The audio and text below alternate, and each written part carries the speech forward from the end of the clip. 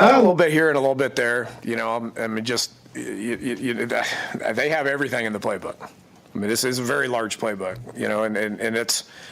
I think it just goes back to, Coach Rule's been an NFL guy, and the offense has kind of stayed the same for him, and he's added to it, and Sat's added to it, and then you got Coach Raiola, who's an NFL guy who's adding to it, and Glenn, who's an NFL guy that's adding to it, and so there's just all kinds of ideas and stuff. So that playbook got pretty big. So I was just like, look, there's only one sheet, and whatever's on the sheet's what's going to get called, and so.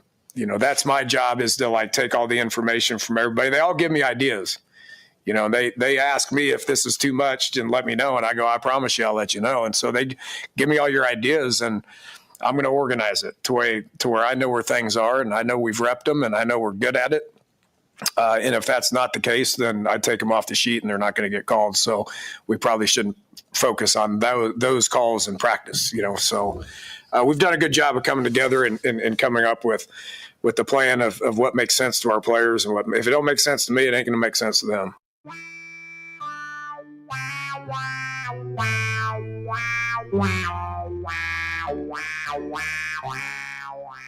Good morning. It is Thanksgiving Eve. It is a Football Friday Fiesta on a Wednesday. You follow along. Why am I sitting so friggin' low? Yeah, I was going to say, what did Shriner do to that chair? Why do dudes, like it's Severe and Shriner in this chair, they like to sit up with their beating off the bottom of the table? What's up with that? I like to be comfy. Hey, shout out to Jimmy Allen. This chair's in a good spot. And I just realized I was really good. Thanks for observing that, Jimmy. We have to acknowledge both of them, and Jimmy understood the mission. Sit low, hang low. But this is a Football Friday Fiesta. And High School Reunion Wednesday for all those involved. Hey, tonight is like the night. We've all been there. Yep. It is one of the best social drink. Was it? Yeah, I was going to say, was it you last year? I think I was doing one of the shows around Thanksgiving last year, and you said it's the single best drinking day for a lot of people. So as I got a little bit older, I realized that this is a night for amateurs, like St. Patrick's Day and tonight, because everybody is back. I'm running into people that are back from college that are hanging out, and you got to figure out what to do with them for 4 days, and they think they're just going to run the place. But tonight is like the big social drinking. Everybody gets together in the bars. You haven't seen them since college started. People come back to the hometown. They talk about, you know what you call a good-looking girl from Iowa? A tourist. An Iowa hate week. But yet you still hook up. Oh, what? Anyway. The carbs hit harder tomorrow. For the record, I just realized this, Jimmy. For the record. Oh, wait a minute. No, I violated. I was going to say I haven't hooked up with an Iowa girl. That's not true. I was going to say. Yeah, because there was that one moment when I was a senior in high school. But it is Iowa week. It is a Football Friday Fiesta. It is Thanksgiving Eve. It is the Super Bowl of people traveling. If you are traveling out there, please be safe. If you are going through the airport, our lovely airport that is a little bit under construction, grab a beer. But I don't know that old Cracky McGee's is open at 6 a.m. Oh, that's true. Fremont Fred did send us a tweet a couple weeks ago confirming it wasn't. I've done a flight prior to 7, and you have to bring your own. Too bad. Get to Cracky's while you can. It's not going to be around much longer. Well, looking at the construction, it may be a couple of years. I guess I haven't been to the airport in a few months, so I'm not sure what the progress is. Come over and shake my hand. 3 straight weekends of traveling. Yeah, that's true. The airport's going to be great when it's done. But today is like the Super Bowl of people traveling throughout the country, whether you are driving, whether you are flying, whether you are walking, whether you are biking, however you may get to your intended destination. Good luck, be safe out there, and keep an eye on the weather. Is it Nick Grimm that's coming back from Vegas today? Yeah. Ooh. And he's flying through Denver. Ooh. Oh, yeah. Man, Circa. That's a tough drive. Hey, Circa did him wrong. Yeah. They did not do his travel well. I hope he's looked up Denver airport places to eat. They have lots of them. They have a train. He could ride that to entertain himself. Speaking of train, this would be highly recommended if you get out there and you are in the Super Bowl of people traveling day. Planes, trains, and automobiles. Always good if you end up in Wichita. Is that the best Thanksgiving movie? I'm going to watch that tonight. Yeah. Never gets old. Okay, and especially when you are the scene where they're going the wrong way. Yeah. He's drunk. He doesn't know what he's talking about. That movie is almost 40 years old? Yeah, 87. Wow. That was a classic that I did not see in real time. I saw it probably 10 years after the fact because people would be quoting the movie. What are you feverishly typing over there? Are you looking for the scene where he goes off on Edie McClure? How about 19 beeps? What was when we played the Team America song that one time and it was just nothing but beeps? All right. Welcome in, everybody. The Gary Sharp Show on this Wednesday. This is also, I have to believe, one of, and this show is probably going to just go off the rails because it should. This is one of the top 5 days before vacation. We had to power rank the day before you go on vacation, and not your personal vacation, but like before your company shuts down for a holiday. This is top 5. This might be in the top couple of the day before Thanksgiving because we're off for the next 2 days. We're not back until Monday. You heard it here first. Yeah, so things just get crazy. It is. Who knows what's going to happen? Who knows who'll be in the building? Too soon. Not judging. Too soon. Not Jimmy. judging. Too soon. All right, on the Football Friday Fiesta that's on a Wednesday, we will have 2 of our patented guests to join us every Friday. Brett Ciancia from Picks Previews will join us. The rankings and the bracket came out last night. Boy, just tell us you love the SEC without telling us you love the SEC. You tried to warn us. Oklahoma fell 6 spots. Indiana fell 5. One lost to a 5-5 team. The other lost to a team that would win the national championship. That's okay. I get it. I would just like some truth telling out loud. But Brett Ciancia will join us coming up at 7:30. He's sad, by the way, like all of us. Because why is he sad? This is it. This is the end of the season. No. This is a playoff. We got months and months and months. Okay. We got the portal coming up. We got coaching changes coming up. We got recruiting coming up. We got a bowl game coming up. Oh no. Oh yeah. No. Okay. Jimmy, I feel better. Do not bury it. Yeah. College football is alive and well. Yeah. It's just unfortunately after 55 straight days of college football in the NFL, today is an off day for the football. But there's good basketball, so we can get through to tomorrow when there's bad football. Hey, there has been some great basketball. The last 2 days has felt like a Final Four in November. Mm-hmm. And I think Auburn and KU have separated themselves from the rest of the country. Bruce Pearl, let's go. But that also on the show, Jay Morrill stopped by, and also Brandon Vogel. It's all part of the lineup brought to you by the rooferees at John Higgins Weather Guard. It is Iowa week where it will be 19 degrees at kickoff. If you're going to the game in Iowa City, the game's going to be a blackout. They're going to wear all black. You have enough to drink, you might black out too. 19 degrees where it's dry cold. You may sit next to an Iowa fan and you'll debate, what's the best pizza in your town? And they'll say Pizza Ranch. You're like, you're from Iowa. I did have a slice of Casey's pizza yesterday. Your way. Was it a decent-looking Casey's? Because we were on the struggle. Burger Kings and Casey's are really struggling in this town. Yeah, and I've heard that about Casey's too. We've talked about Burger King before. Actually, it was a decent Casey's. Very nice. The pizza, fresh. Well, that's the only reason I got it. I was going to get something else, and then I see they're just putting it out, and the cheese is still just basically falling off the deal, and it's white. I was like, I'll take 2 slices. It's a good day. It was warm. Hank writes in. Hi, Hank. I guess this is going to turn into an Iowa joke day, which is perfectly fine. He said, what is the last thing an Iowa stripper takes off in her act? Her bowling shoes. I hadn't heard that one out before. And I've heard a lot of these because I am born in Iowa. Right, you have to know some of these. But if you haven't heard that one, that's pretty good. Why does an Iowa fan bring his daughter and his date to a game? Because he only has to buy 2 tickets? I can't speak to. I need to drum up that hate. Is what I'm taking from all this. I'm in too good of a mood. I don't even know who I am anymore. Yeah, now we got to be creative here because some of these you've heard forever. Why is Nebraska so windy? Because Colorado blows and Iowa sucks. Oh yeah. Heard that in Kansas. We'll have plenty on the Iowa-Nebraska game coming up on Friday night. We missed this yesterday. It was Matt Rule's 2-year anniversary. Oh, yes. He was hired 26. On November 26 of 2022. So he celebrated the 2-year anniversary. With Dana. With Dana Holgerson, which for a moment here, can we just every single day say this out loud? Thank you. That it is, It's good for content. Wait for a little bit here.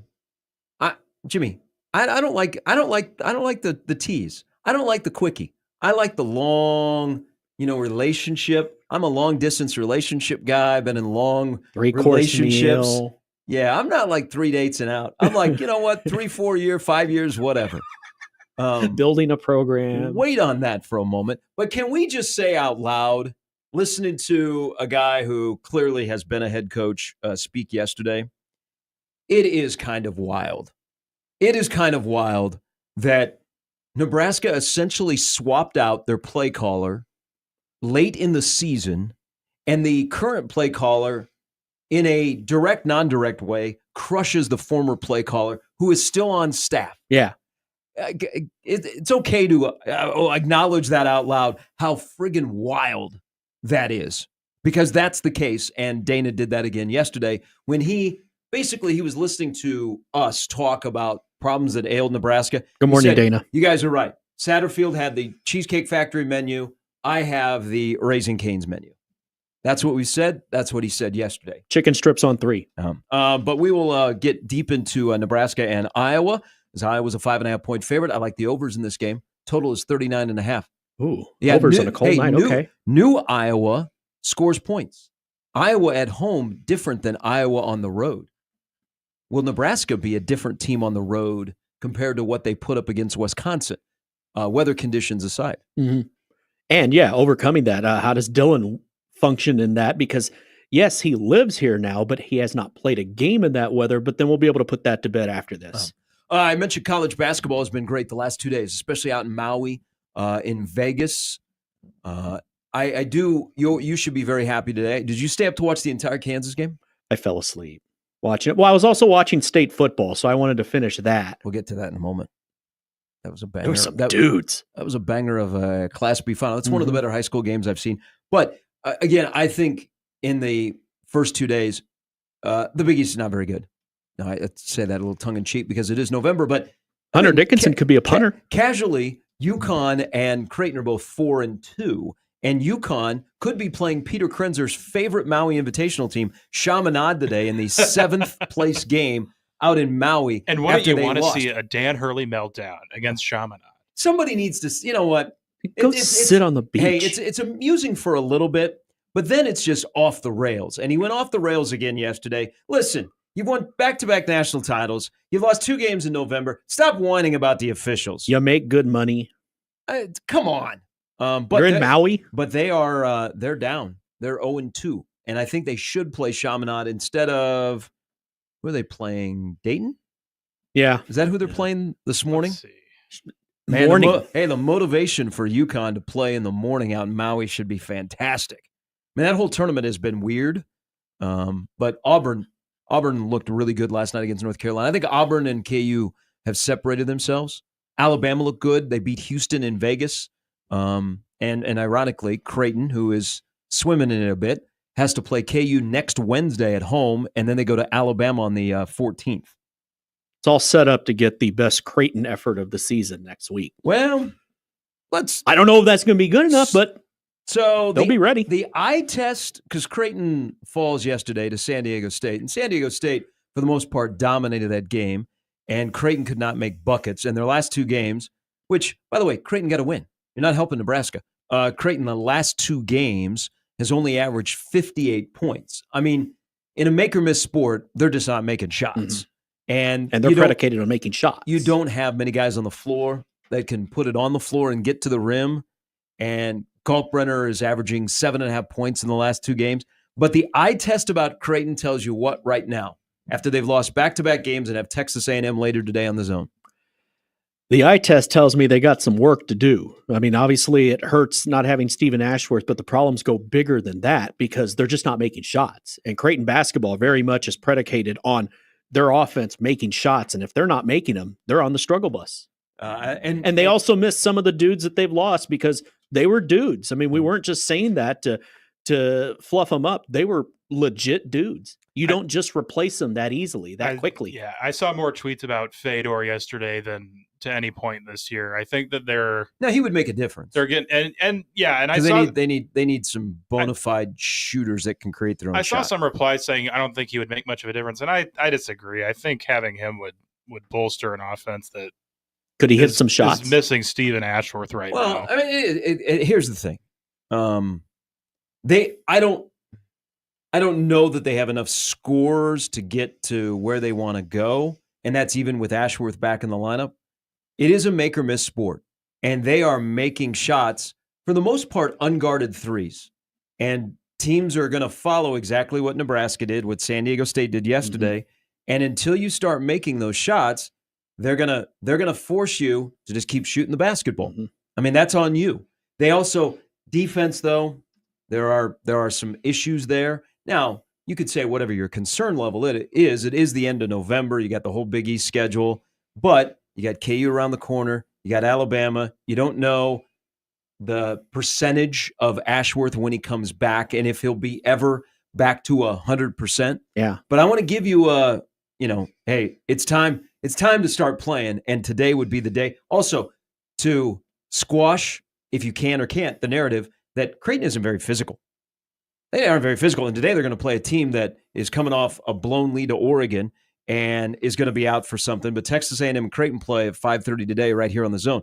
I looked up Ken Palm, and by the way, A&M is a 3.5-point favorite today. Creighton was a favorite yesterday. That line finished at 4.5. See, Nebraska fan can root for Creighton for two reasons. Well, I'll give you some. Ken Palm has jumped completely off the Creighton bandwagon. And Creighton has found a home in the great metrics of Ken Palm. And rightfully so. I mean, they've been good offensively, defensively. Mm-hmm.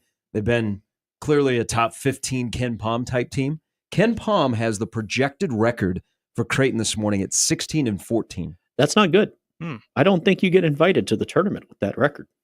You get invited to a tournament, but maybe not the tournament. Speaking of projections, I was having lunch yesterday and got a first bracket prediction update from one of the apps on my phone. It's Bleacher Report, so take that with a grain of salt. You buried the lead. What'd you have for lunch? Broncos. I had some Broncos yesterday. That is so Omaha-ish of you. That has been recommended to me by listeners. It's a Thanksgiving week tradition for me. I have to have it at some point the week of Thanksgiving. Doesn't really matter which day, just the week of. I've not had it, and I know where it is. Jimmy. It's next to the breakfast place that he recommended. Jimmy. That's fantastic.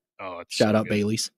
Yeah, it's delicious. Anyways, though, I saw in this projection that Nebraska was slated to be the final team into the field. Lenardi has him as 11 seed to play in. And all I could think of was imagine the discourse if they were to get into the first four, win the game, and then bow out in the first round. How that would, the discourse and the that's a win. Back and forth. It's a win in the NCAA tournament. KP would get his win. Tournament win. You get a unit. It's a win. Mm-hmm. It's a win. Why are we even thinking about that? It's November. We're in football season. I just thought it was kind of funny. But it does bring up something so Nebraska has the effort against Creighton, and Creighton has to take care of themselves, but this is all about Nebraska. Nebraska plays later today against South Dakota. Nebraska and Creighton actually tip at the same time at 5:30. In two places that many people consider similar, Las Vegas and Lincoln. Oh, of course. But they play South Dakota, which Mr. Summit League expert on the show, probably South Dakota's better than they were last year. They were not very good. They made some changes with the coaching staff, not their head coach. They went heavy in the portal. They're not bad. They really haven't played great teams. And I did not look to see what the line is for that game. But regardless, Nebraska first and foremost has to win the game today against South Dakota. But they can't look like choppy. They can't look like, okay, we got up for the Creighton game. That was our Super Bowl. Enthusiastic. And now we're playing a Summit League team that we clearly should be better than, and we can't dance with them. Mm-hmm. Now, I think South Dakota will be competitive. They got some shooters. And they got a guard that can put it on the floor and get to the rim. But I think it's important for Nebraska to have a good effort today. And then you go, all right, that wasn't so much a fluke or Creighton is swimming in it on Friday night. Nebraska might have something here. Mm-hmm. But I saw that too, Peter, that Lenardi had him as a play-in, an 11 seed. Winning for KP. And you say, to ruin our fun. Well, if they won, would that? Yes. It still counts. Yes. It's a win. Yes, it would. if they slap their name on the board after a win, it's a win. And that's we're talking about a program that hasn't won an NCAA tournament game, and I don't know if you guys know this or not, but is not a regular participant in the NCAA tournament. Back-to-back years, yeah. That's for another day. That's until March. I'm in November. This is Iowa. And we have football weather. Some pigskin. All right. Also, last night, as you mentioned, Jimmy, watching it, one of the best high school football games I've seen that had a little controversy in it. So Bennington's 3-year run as the state champion in Class B comes to an end. They got beat by Scott. Hell of a year for Matt Turman, Matt Verzal, and the entire crew over at 156th and Center. Great Pisons for them today. I think that entitles you to a nice meal. To beat Bennington twice in the same year is pretty impressive because Cam Lenhart has not related to the Nebraska Cam Lenhart, has a incredible program. That's a good coach, too. I mean, that's a really good football program that has had great success, 3 straight state titles. They were down 15 last night. They come back. That's one of the better high school games I've seen. And one of the better, Van Dyke for Scott can spin it. Yeah. Collega is a great wide receiver. Can't wait to see what they do with the all-state teams when it involves those 2 guys from Scott, where they end up.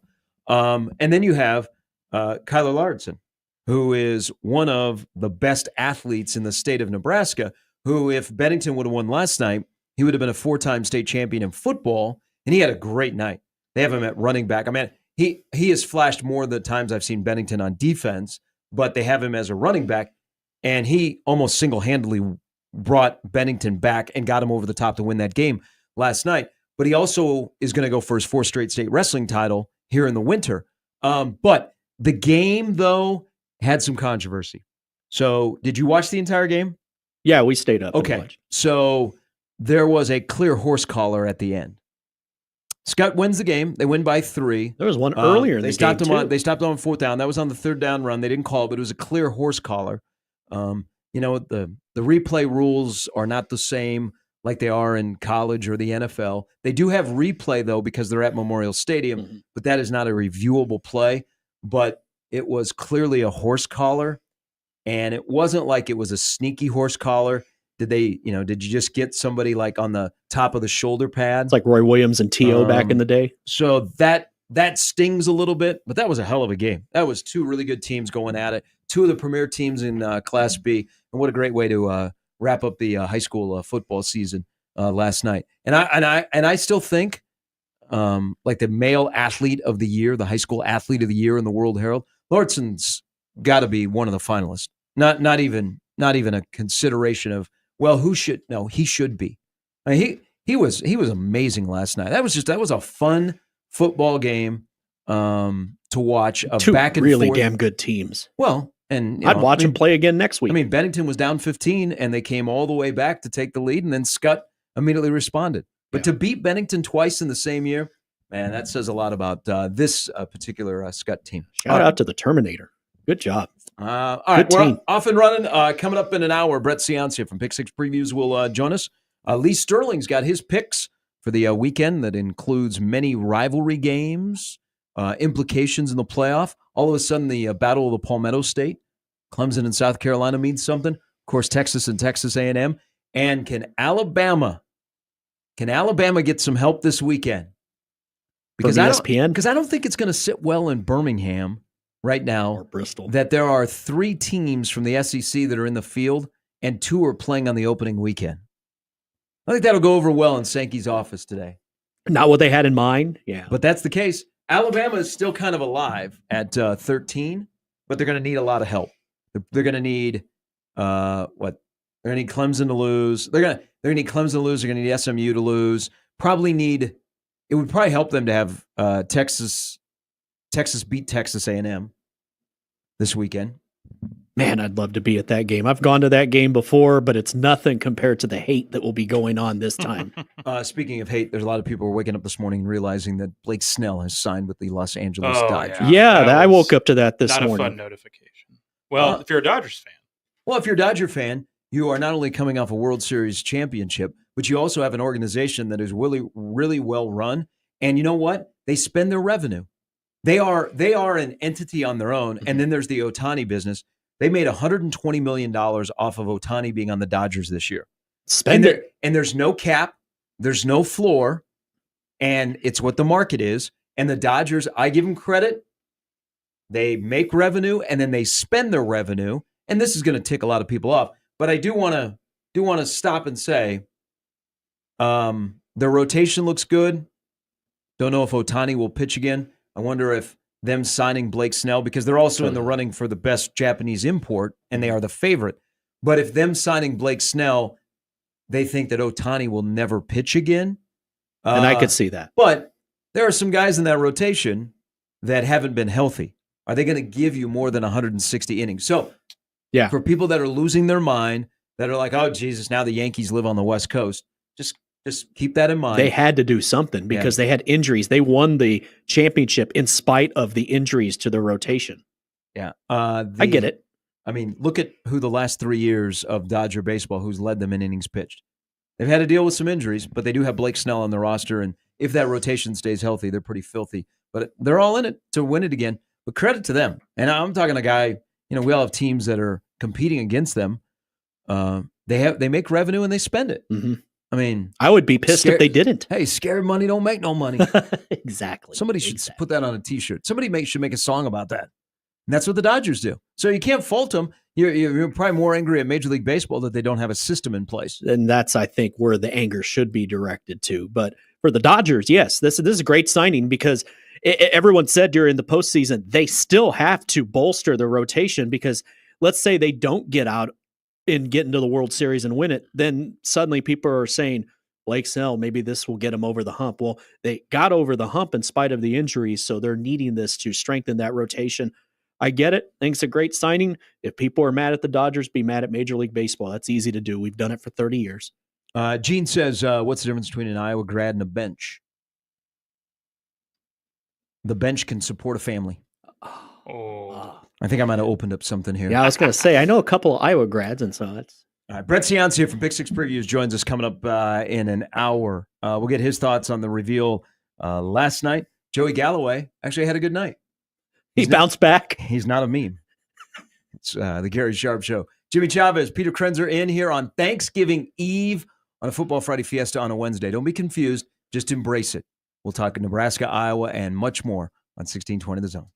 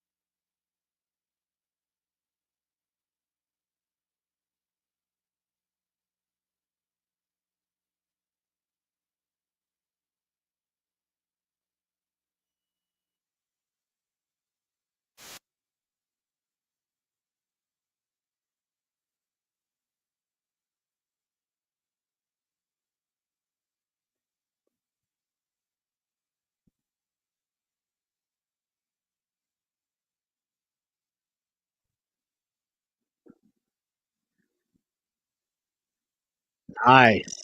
All right, welcome back in on a Wednesday morning. Happy Hump Day, everybody. Thanksgiving Eve, where planes, trains, and automobiles. Kids today would be like, whoa, how could you do that? I'm used to bumper-to-bumper traffic. You're going the wrong way. Oh, another person on Dodge. Great. But the middle lane changed. Man, that I don't know if that ranks as a cult classic, but I feel like that movie has aged extremely well. Yeah. Considering it'd be very hard to replicate much of that today, but that's not the point. That's how we used to travel. And I always wonder, what if he had just waited to the 8 instead of having to make the 6? Matt says, wish me luck tomorrow. I'm running in a turkey trot. All right. Good luck on that. Dress warm. Damn. I don't think he is. I think he is listening from outside of the area. Oh, okay. Where he might be somewhere where you could run on the turkey trot. When I was living in, this is a popular thing in Florida, is they would have turkey trots. I actually participated in a turkey trot once. I would have done that. It was more of a turkey walk. Yeah. That's okay. Hey, you get your steps in. It still counts. Pink King Jimmy tweets into the show, you can thank good old Kennesaw Mountain Landis for the MLB not being held to a federal antitrust rules. He won that in 1922. Many proceedings since to overturn, but none had success. Imagine if there was no Kurt Flood versus Bowie Kuhn. How much worse it would look. I'm just glad we got a Kennesaw Mountain Landis mention on this show today. I'm just going to guess that Don is not a Dodger fan. Shout out Bud Selig. All right. Thanksgiving Eve, where we debate and wonder if the Harbaughs and the Hurleys got together for Thanksgiving dinner, what that would be like. A lot of anger, and that's just from the Hurleys. The Harbaughs would be great until they get out on the football field. Jim and John with Danny and Bobby. They'd actually end up probably getting very pissy competing against each other on something, a board game that would come to blows. Anybody have Peter, you have a relatively large family. Do you guys play football in the backyard on Thanksgiving? Is it a tradition? Our family does not, but we have really close family friends that invited me to theirs. The football game? Yeah, they used to do it. They kept doing it for almost 3 decades. They haven't done it the last few years, but we went to the park and I joined in, and I knew that all their family, so that was fun to get to do. I would like to have next year on this date, this radio station have a turkey bowl. Ooh, that'd be nice. I like that. Yeah. Where we get local celebrities. We play a little flag football at one of the local fields. Maybe we go right down the street here to Brownell Talbot and play on their 8-man football field. 1620 the bowl. Donate a canned good or something to for attendance. We raise a little money. Help the food bank out, play a little football. Because on the East Coast, they actually play high school football games on Thanksgiving. That's like a tradition. Mm-hmm.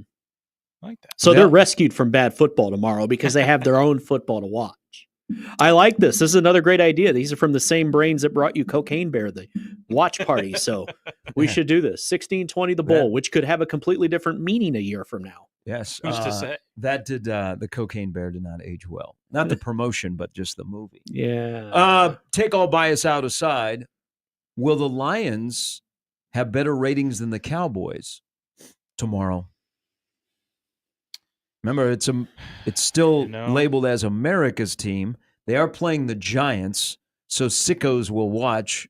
The Lions are playing the Bears, so people are all in on the Lions, and the Bears are a giant brand that may have Joe Brady as their next head coach. According to Bovada, he is the favorite to be the next Bears head coach. Name a guy that Matt Rule fired that now is a head coach in the NFL. Would be the trivia question on Jeopardy if Joe Brady becomes the Bears head coach. So Bears-Lions up against Giants-Cowboys. I'm still going to go Cowboys-Giants. Which game draws higher ratings? I think Cowboys-Giants still will because of the time of the game. And I think Lainey Wilson's doing something at halftime, and that'll do it for people. So. Oh, yeah, there's always a halftime. Now, only Creed could save this game, but I think we'll be okay with Lainey Wilson. Wilson. Creed was like the automatic halftime performers at the Cowboy game. Should be. Forever. It should be like their trumpet player, should be like Up With People, all of it. Just the house band is Creed. Make it happen, Joey. You're not going to win football ever, so make that happen at least. Will a giant piece of metal fall onto the halftime performance from Jerry World's roof? Let's hope not. Jesus. Wow. Did you see that? How big that thing was? I did. Maybe they should have opened the roof a little bit more, especially on 70-degree days that are perfect in North Texas. When I saw that, I had forgotten that they could even move the roof because I feel like they never do it. Oh, I miss the old place. I know. I get it. We have to. You probably as a Cowboy fan, miss winning, right? Yeah. Thought you were going to say the Cotton Bowl. I do miss winning. People forget they used to win on Thanksgiving. Happy Thanksgiving, Doug. Welcome. Happy Thanksgiving to you. Mostly, I just wanted to wish you guys safe travels and a happy Thanksgiving. Sprinkle in a few sports takes. Watched the game last night. Friend of ours, their son is number 87 on Bennington. Mm-hmm. Damon's X Factor. I thought Bennington outsmarted themselves in the first half. They were running all over Scott, and they should have just kept running. I don't know why they decided to pass, but coming up empty in the red zone in the first half came back to hurt Bennington. And and obviously the kicking game. High school kickers. But hold on here. It makes you appreciate, like, watching the last two nights of field goal kicking, and Westside hit a 38-yarder on Monday night. You are kicking with college goalposts. You're kicking in that stadium where this time of the year the wind is really, really tricky. Makes me appreciate what Tristan Alvano did a couple of years ago in the final. Yeah, and again, these kids are high school kids, so you're not expecting as much out of them. I thought Bennington easily could have been up a couple touchdowns in the first half. They were really moving the ball, and of course, that number 2, that kid's something special. Creighton, I worried about their chemistry this year, and it's kind of come home to roost a little bit. I do like Pop Isaacs, but he's really not a pure 3-point shooter. And Jemiah Neal, no, not. He can make rhythm threes, but you're seeing how good Baylor, Sharman, and Trey Alexander were. I'm not sure Creighton makes the NCAA this year. I mean, now McAndrews, really like him, and he's got a great stroke.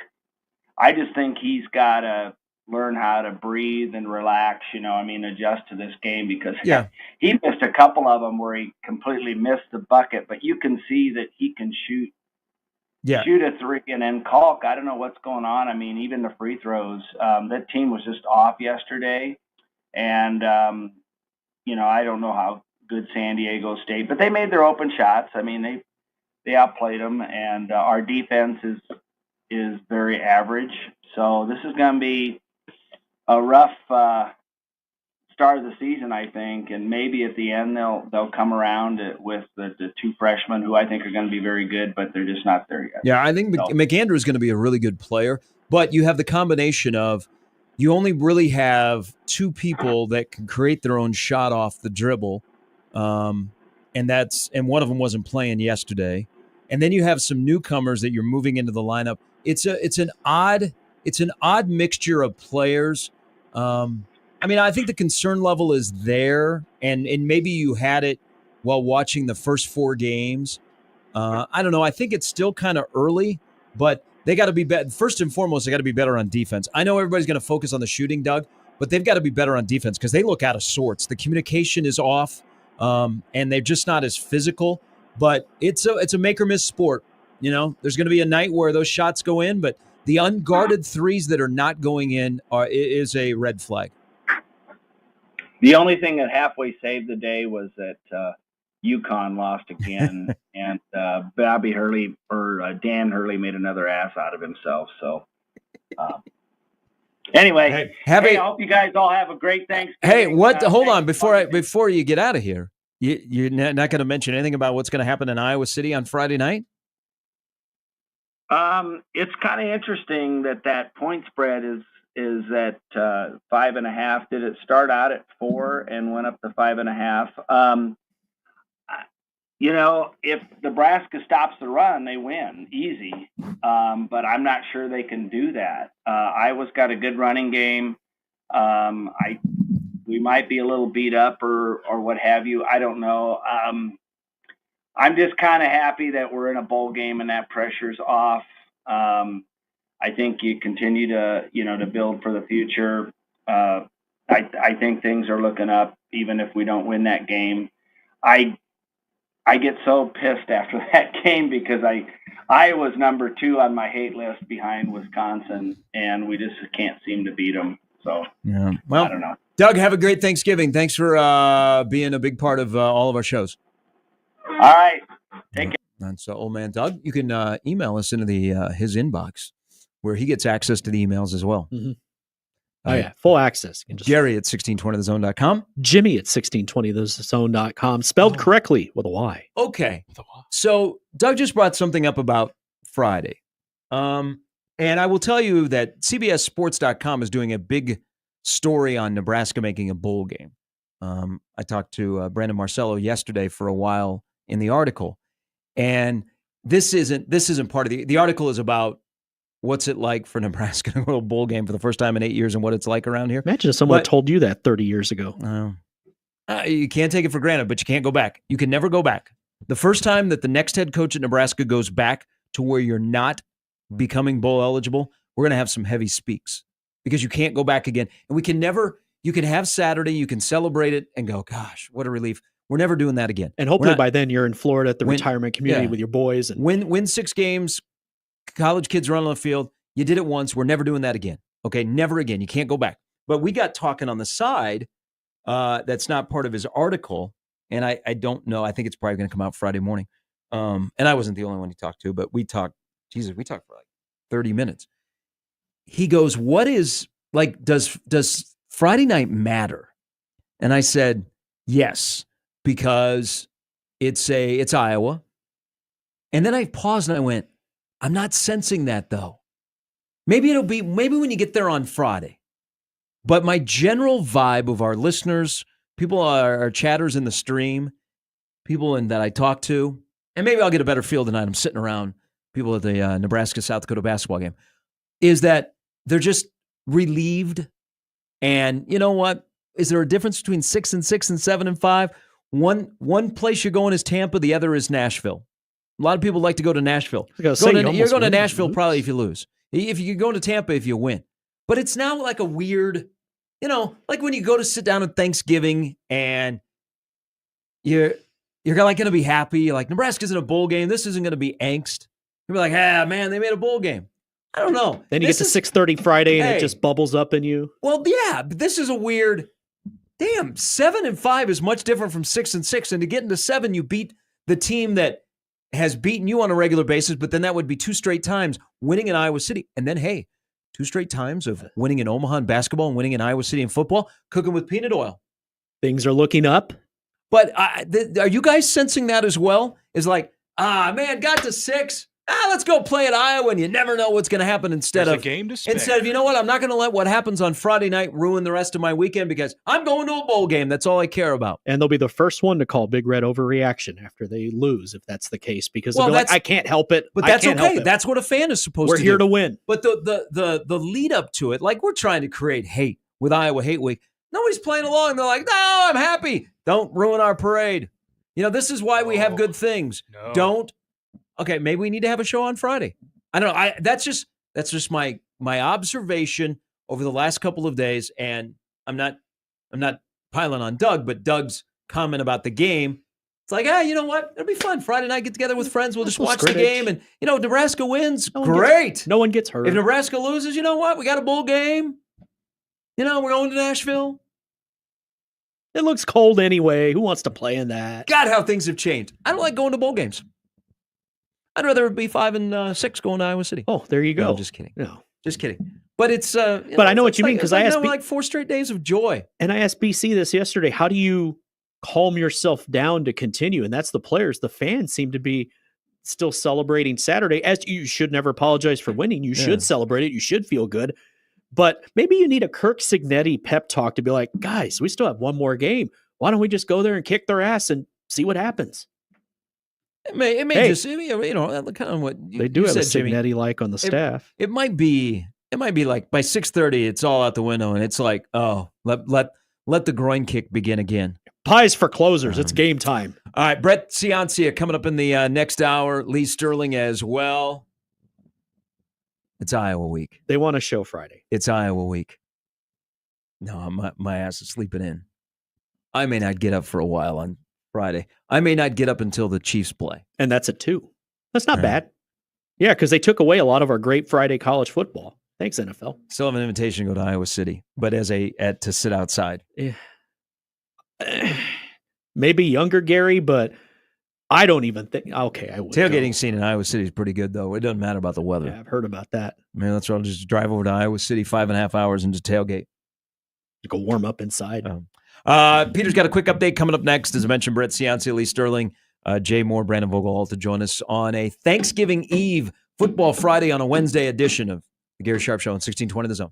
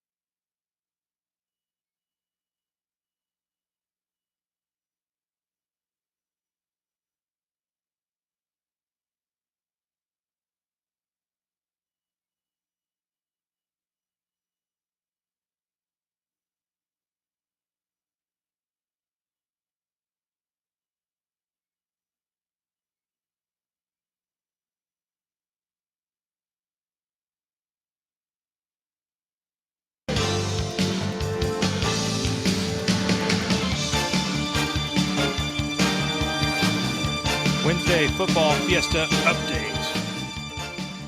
Let's get into it. As we discussed, Omaha Skutt held off the late rally by Bennington's bid for a four-peat, and they captured the Class B championship in a tremendous game last night. Congratulations to Skutt. Creighton fell in their opener to San Diego State yesterday in the Players Era Festival, and they will face Texas A&M in pool play at 5:30 tonight. You can hear that on the Zone and the Keg. Other Players Era games today: Oregon against San Diego State, Rutgers and Alabama, as well as Notre Dame and Houston. Oh, 1979 Cotton Bowl rematch right there. Yeah, there you go. The chicken soup game. Elsewhere in college basketball, and there's a lot of, I couldn't quite fit all of them in here. There's a lot of different tournaments going on during Thanksgiving week, but Memphis and Auburn, if you've been following the Maui Championship, that'll be tonight at 4 p.m. on ESPN. Locally, Nebraska playing at 5:30 against South Dakota in Lincoln. Women for Nebraska last night won big over the Kansas City Roos, 84-38, bouncing back from their loss to Creighton. Speaking of Creighton, the women finished up 2-0 in the Emerald Coast Classic in Destin, Florida, winning each game by 27+. Congratulations to the Jays. And the UNO women held off a late rally from Utah State that forced overtime yesterday and held on to win 79-77. They moved to 4-3. Shout out Ruby Slipper. And there we have it. The Creighton team can all go out together, the Ruby Slipper. Oh, yes, in Destin, Florida. They shot the heck out of the ball. I don't know how good the competition was against Creighton, but they have, starting with what they did Friday against Nebraska, they look good in Destin in back-to-back games. They look like what Creighton should look like on the women's side. Thanks, Peter. The Creighton volleyball, I was looking at the release yesterday from the Big East. They just dominate that conference. So third straight year, they've had the Player of the Year. Kendra Waite, no surprise, is the Player of the Year. All right, they just own that conference. Like they won almost every single award for Big East volleyball this year. The Big East. Forgot to mention that tournament gets underway at Sokol today. Shout out KBB. Sunday is the reveal. Nebraska plays Penn State. So that is effectively the Big Ten championship. 4:00 BTN Friday. Nebraska Penn State. Nebraska Iowa football at 6:30. So if you think that something could top last weekend, Nebraska knocking off another top 5 team on the road in Penn State and Nebraska football winning at Iowa, that might do it. But they'll reveal the field on Sunday. And, I mean, Nebraska has a chance to be the number 1 seed. I think Creighton is probably out of the running of hosting in the regionals, which is unfortunate. But they're going to be one team that's going to end up on your side of the bracket. And you're like, I'm not digging on that. Yeah. All right. Coming up in just a minute, Brett Ciancia will join us. As Peter was alluding to, there is basketball in the zone today. Creighton and Texas A&M out in Vegas. Texas A&M was up double figures on Oregon.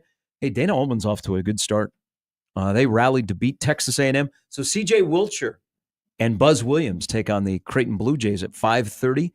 Texas A&M is a 3.5-point favorite. Now, watching all of that game yesterday, because this is a great time of the year, you just lay on the couch and watch college basketball. And the college basketball has been really good the last couple of days. Oregon got back in the game by getting to the rim, not settling for jump shots. So they put the ball on the floor and they went straight to the rim. I don't know if Creighton is able to do that today, but that would be, my stayed at a Holiday Inn coaching tip would be put the ball on the floor and get to the rim. I watched Blue Chips at the theater. Texas A&M is physical, but they could not stop anything that Oregon was doing in the second half on the dribble drive. So Creighton is a 3.5-point underdog. How about this? So my friend Ken Pomeroy, former postman, weatherman, now vitally important to the NCAA selection committee. Creighton has fallen to 49 in Ken Pom. Nebraska is 52. Oh, here come the Huskers. All right. Nebraska's a 20-point favorite today against South Dakota. And I'm glad that Hoiberg yesterday gave off the impression that he's not going to let his team get comfortable. They need to win today, but they can't look sloppy. Like on the heels of winning against Creighton, instead of just the euphoria of you beat Creighton and going, I wonder what kind of Creighton team is now. You have to go, I wonder what kind of team Nebraska is. You come out and you play well because the place won't be packed. The students have gone home. There's no football game in town, so it's cold. They've already gone home. They've made their TikToks. So I don't know, maybe 10,000 people there tonight. And townies in there. I'm thinking about sitting in the student section. I was going to say, I've never sat that close to the floor. I'm like, yeah, you know what? I'll move from the 200s. I'll come down there and sit in the student section. You usually were working a lot of those games back in the day in some capacity. So you should. But I'm glad that Fred kind of intimated yesterday that he can't get comfortable off that win, off of the performance against St. Mary's and, of course, the win. But they're 20-point favorite against South Dakota. Seems kind of high. I probably wouldn't take, but if they cover that, it's pretty good coming off that Creighton game. Try to calm yourself down. South Dakota is 253 in the Ken Palm. That is up there. I might have to do a little bit with the point spread in that game. My question to you concerning basketball with your beloved KU Jayhawks, who won yesterday against Duke. Flag made another turnover late in the game. Duke is young. I mean, that showed you have an older team against a younger team yesterday. And they're going to be good. They got to find a point guard. Like UConn has some. They've had trouble with the whistle out in Maui, but they're sloppy. They're not guarding very well. Their guard play, whether it be facilitating the offense or on defense, seems to be a little spotty. And I know it's November and you don't want to go all in, but you go, well, can these issues be fixed? I think Duke not having a point guard is going to be a season-long issue. Now, Flag's a good player, and he's going to turn 18 next month, but he has made some late-game decisions that are a little mind-boggling, and Harrison Adams put him in the blender late in the game last night, and KU wins. And what Bill Self is, what was the stat they dropped at the end of the broadcast? He's like 18-7 against Duke, Kentucky, and North Carolina. That's pretty good. That makes them happy there. One blue blood beating 3 other blue bloods. But as I watched that game and Hunter Dickinson gets kicked out for, I don't think it was a flagrant 2, and then the officiating in that game went sideways because he gets kicked out, and then they were just having makeup calls. Fran Fraschilla losing his mind, and come on. But they were, every little bit of contact that Duke had on the next possession was foul, foul, foul, foul, foul. But they also let Hunter Dickinson stay on the bench. He got the flagrant 2 and he got kicked out. Usually you have to go to the locker room. Get a meal, watch on TV. He was on the bench until the next time out. Now, he didn't have an NYPD shirt and a fake mustache, right? No. Mets hat? He was sitting right there. The guy's 7'1". And they let him stay on the bench, and then someone realized that he was on the bench, and they had him go to the locker room. That officiating last night, that game, and those guys, a couple of those guys working a Final Four, was just, come on, man. You're killing this game. But as I watch Hunter Dickinson, and we'll see him up close and personal next Wednesday when KU is at Creighton, and he's one of the more unlikable guys in college basketball. We need our villains. Have you ever seen somebody that is 7 foot tall, boys, that struggles to dunk the basketball more than Hunter Dickinson? That's not good. Yeah. I'm trying to think of all the NBA stiffs I've seen over the years. Can that guy have more than a 3-inch vertical? He's 7 foot tall, but it's like a pain to dunk the basketball. See, Larry Bird was 6'8" and couldn't dunk, but he had a really bad back. But he was also good at pretty much everything else. So, yeah, no. That's not good. They need somebody that can dunk the basketball. He can obviously dunk his foot into someone else, but... See, I don't think it was a flagrant 2. Oh, I don't think so either. I think they call everything a flagrant 2. It's no other sport that loves ejecting players in college sports. And you're seeing it in the NBA too. I'm not trying to devolve that and go there, but it'll be incidental contact, and all of a sudden it's a flagrant 2. Like, how is this happening? Why are you doing this? Like somewhere, Kurt Rambis and Kevin McHale is like, man, how did they had me arrested and thrown in jail for what I did? No, he shouldn't have been kicked out. But that is funny that he stayed on the bench. I wish that would have happened the rest of the game just to see everyone. He sat like in the middle of the bench. Diagramming. And then officiating 101 is like to make sure that the guy you threw out leaves. And I don't think he knew that he had been tossed from the game. The official over the PA announces what the call is, and then he's just standing there, and Self is arguing, and then he hears it over the public address system that he's been thrown out, and he's like, okay. He goes and sits in the middle of the bench. They didn't notice him. They didn't wait for him to leave the floor. Oh, it turned into a joke right afterwards because then they called every single touch foul on Duke. And I'm not a Duke apologist. I like KU, but it was just, I mean, come on, it's pretty blatant what you're doing. Now you're just making up for, I want to take control of this game. Which is unfortunate because you have Kansas playing Duke at a high level. This ain't about you. This isn't about the officials. Let them play. Let them do their thing. Don't need to kick anyone out unless it's something that is blatant. Like if you got in the crane technique and kicked them, that's probably illegal. Maybe not in the Big Ten, but I just see. I feel like this is becoming so much of an issue. It's everywhere. You see it in college basketball. You see it in the pros.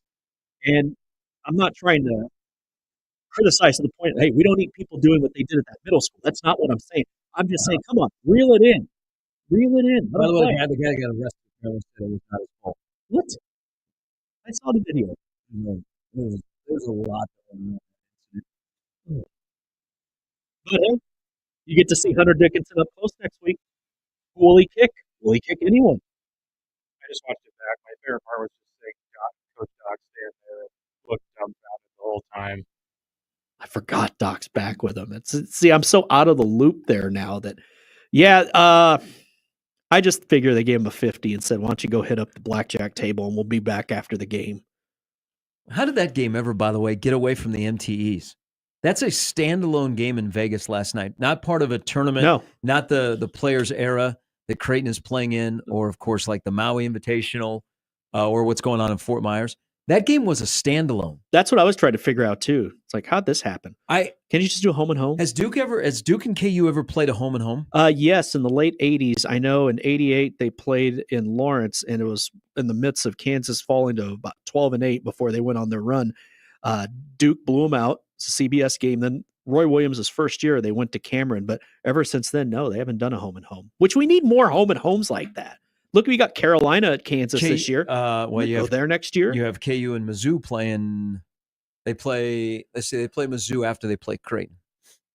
They played. I was going to say. So they've had Kentucky. They've had Kentucky, UConn, and North Carolina, and the North Carolina is a home and home. But the other ones have been created because of the challenges with the Big 12 and whoever the respective conference is. But it does appear like KU is not afraid to schedule home and homes. Like blue blood should be playing each other. Kind of like the old days where we used to see this all the time. And hey, maybe college football would learn something from that, but I guess not. You're not penalized for having a soft schedule or good wins. Yeah. 9 conference games. Now we should play 8 because we're just going to get banged if we don't go play Wofford. That football committee is so enamored with the loss number. Like Tulane is well ahead of Kansas State. Didn't Kansas State go to Tulane and beat Tulane? Now Tulane's got a lot of love and they could be in a really good spot. Yeah. But they're like rewarding for the easy schedule and not quality wins. Yeah.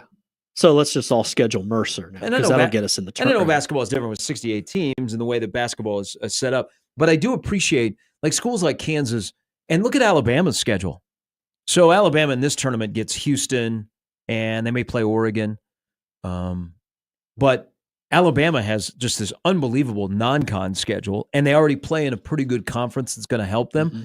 I appreciate that about basketball is that they came to Creighton. So big schools, big Power 6 schools are not afraid to play more than a handful of top non-conference games. And some of these are created, whether you go to an MTE or they're by the shoe companies or a major sponsor.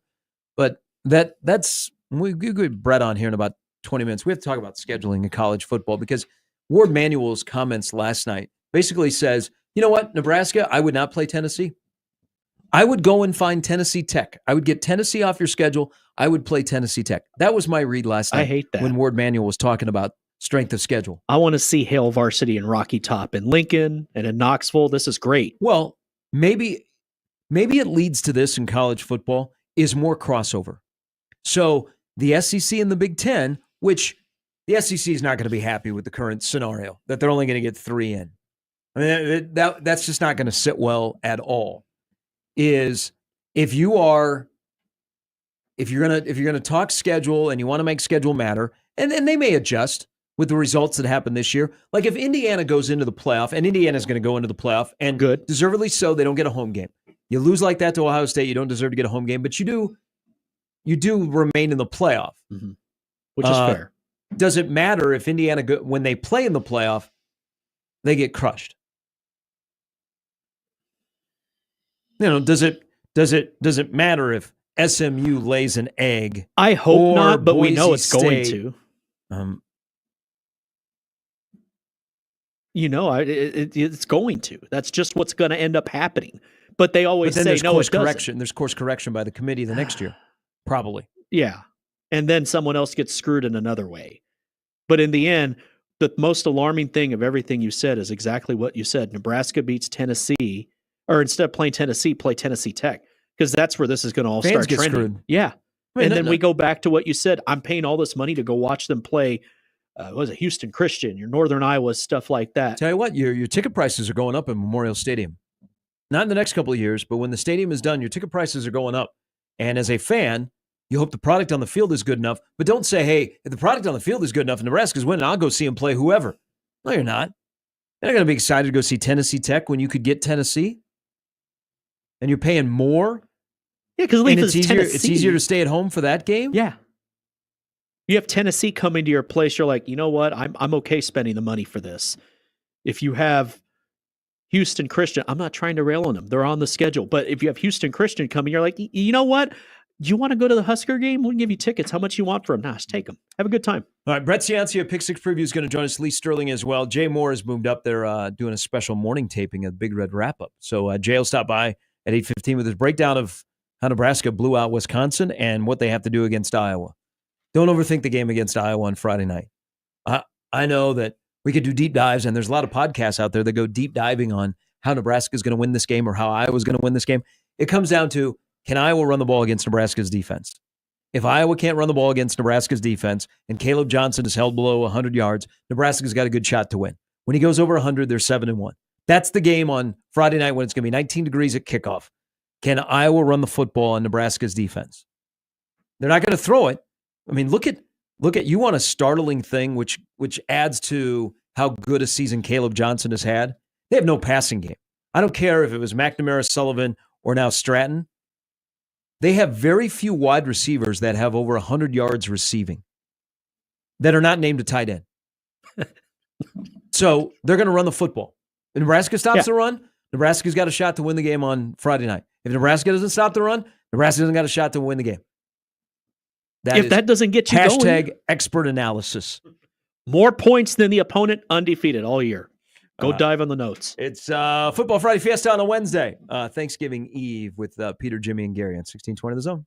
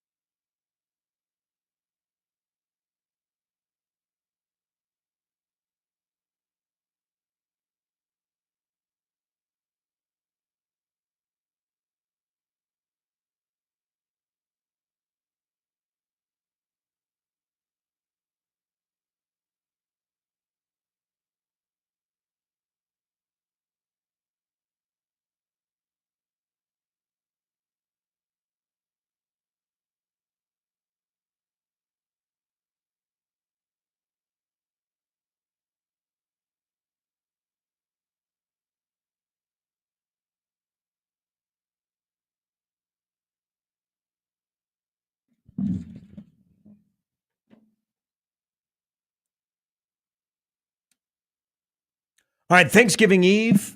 Tomorrow's the day that we feast. We have football, we have family, and we have that one aunt who the one day of the year you try and be nice to when she shows up with green bean casserole, and she thinks it's the greatest thing. It's got the little crunchy stuff on the top. Are you out on green bean casserole, you're saying? Green bean casserole sucks. It is one of the most trash dishes at Thanksgiving that has ever been invented, and I can't believe that people think, you know what, when I'm making this is a good idea. I came around on it, but I preferred carrot casserole, before anyway, it's actually, it has cheese, it has crushed up Lay's potato chips. Come on, it is actually carrot casserole. Yeah, so you replace the green beans with the carrots, and then you, instead of the gravy stuff, you have cheese. Melted cheese makes everything better. You bake it. Is that true? I'd rather have the carrots than the green beans. I mean, if we're going to play that game, then I'd rather have the mac and cheese, which I didn't realize that was a thing on Thanksgiving until I went to college, and some of my friends would tell me they had that. Yeah, it's a game changer when it's really good. Mom's homemade mac and cheese was a banger, but she would do something that I think is very either Iowan or Midwestish, probably more Iowan. Cut a pork tenderloin? No. With the mac and cheese, there would be a cracker crust on top. Now, I brought that up before, and people looked at me like I was crazy, and that's a daily thing when people look at me. But I mentioned that, and they're like, I've never heard of that before. That sounds awful. Why would you ruin mac and cheese by crumbled up crackers on top as a crust? That was her thing. I never second guessed it until I mentioned it on the air, and people are like, well, your mom is, rest in peace, Mom. I'm going to go with Barb on this. That sounds amazing. It does sound good. Yeah. No, you didn't. I would inhale some of that right now.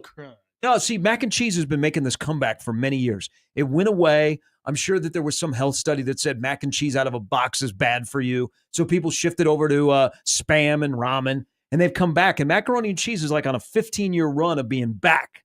And it's been a staple at Thanksgiving. It's not a staple at Thanksgiving at your house? It wasn't, but then I haven't been home for Thanksgiving in years. So I've had it in other Thanksgivings I've been to since then. But yeah, they're missing out. My family, we loved our carbs. We loved our cheese. Yeah. Shout out the mac and cheese. Yeah, shout out to the blood pressure meds. Mac and cheese is the comeback food item of the last 20 years. And maybe I didn't eat it, so I was oblivious to it, that it was still here for all the time. And maybe like when you go to Catholic school and you seem to have mac and cheese a lot, and it's just like, you swear off of it. And then you're like, you know what? I got a real job. I make good money. I'm not going to eat things out of a box. I'm going to make things. But mac and cheese is everywhere now. Mac and cheese is like a front-running supplement to a meal.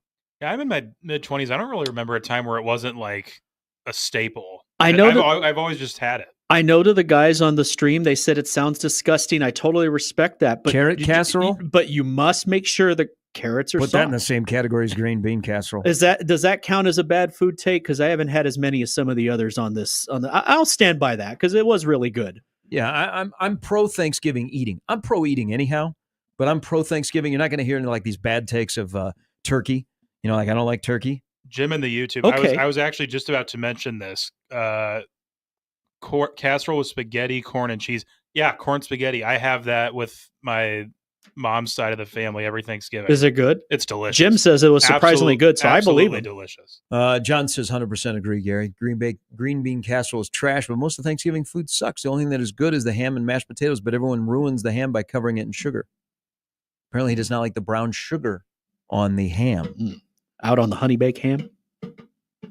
See, this is going to be so much fun. I like People this. will be happy over Thanksgiving. They'll have good food takes. They'll have good football. They'll be happy. Everybody will be happy. And then the one relative will bring up politics, and that's when I take the edible and I'm out. Why don't you just get up and leave? Why do you have to take an edible? And then take the whole bowl? I mean, you might as well enjoy it. I mean, I got to go casserole. watch the Lions, so I like the Lions. I mean, now, but Hey, where'd the carrot casserole go? Where's Jimmy? I think I go to the wrong Thanksgivings. I don't really ever have like political talk when I'm at Thanksgiving. Like everybody is worried about the political talk at Thanksgiving this year. that was the good thing about my family. We just talked about the Cowboys. Debate the streetcar. There you go. There's your political talk. 2020, the fever dream. Couldn't tell you what was discussed at Thanksgiving. You mean COVID? So long ago. Aaron Rodgers continues to talk about COVID. Is that what you're talking about? He's maybe the only guy. I enjoyed my Zoom holidays. Brett Ciancia from Pick Six Previews. He'll join us next. Lee Sterling before the hour is over on the Gary Sharp Show on 1620 The Zone.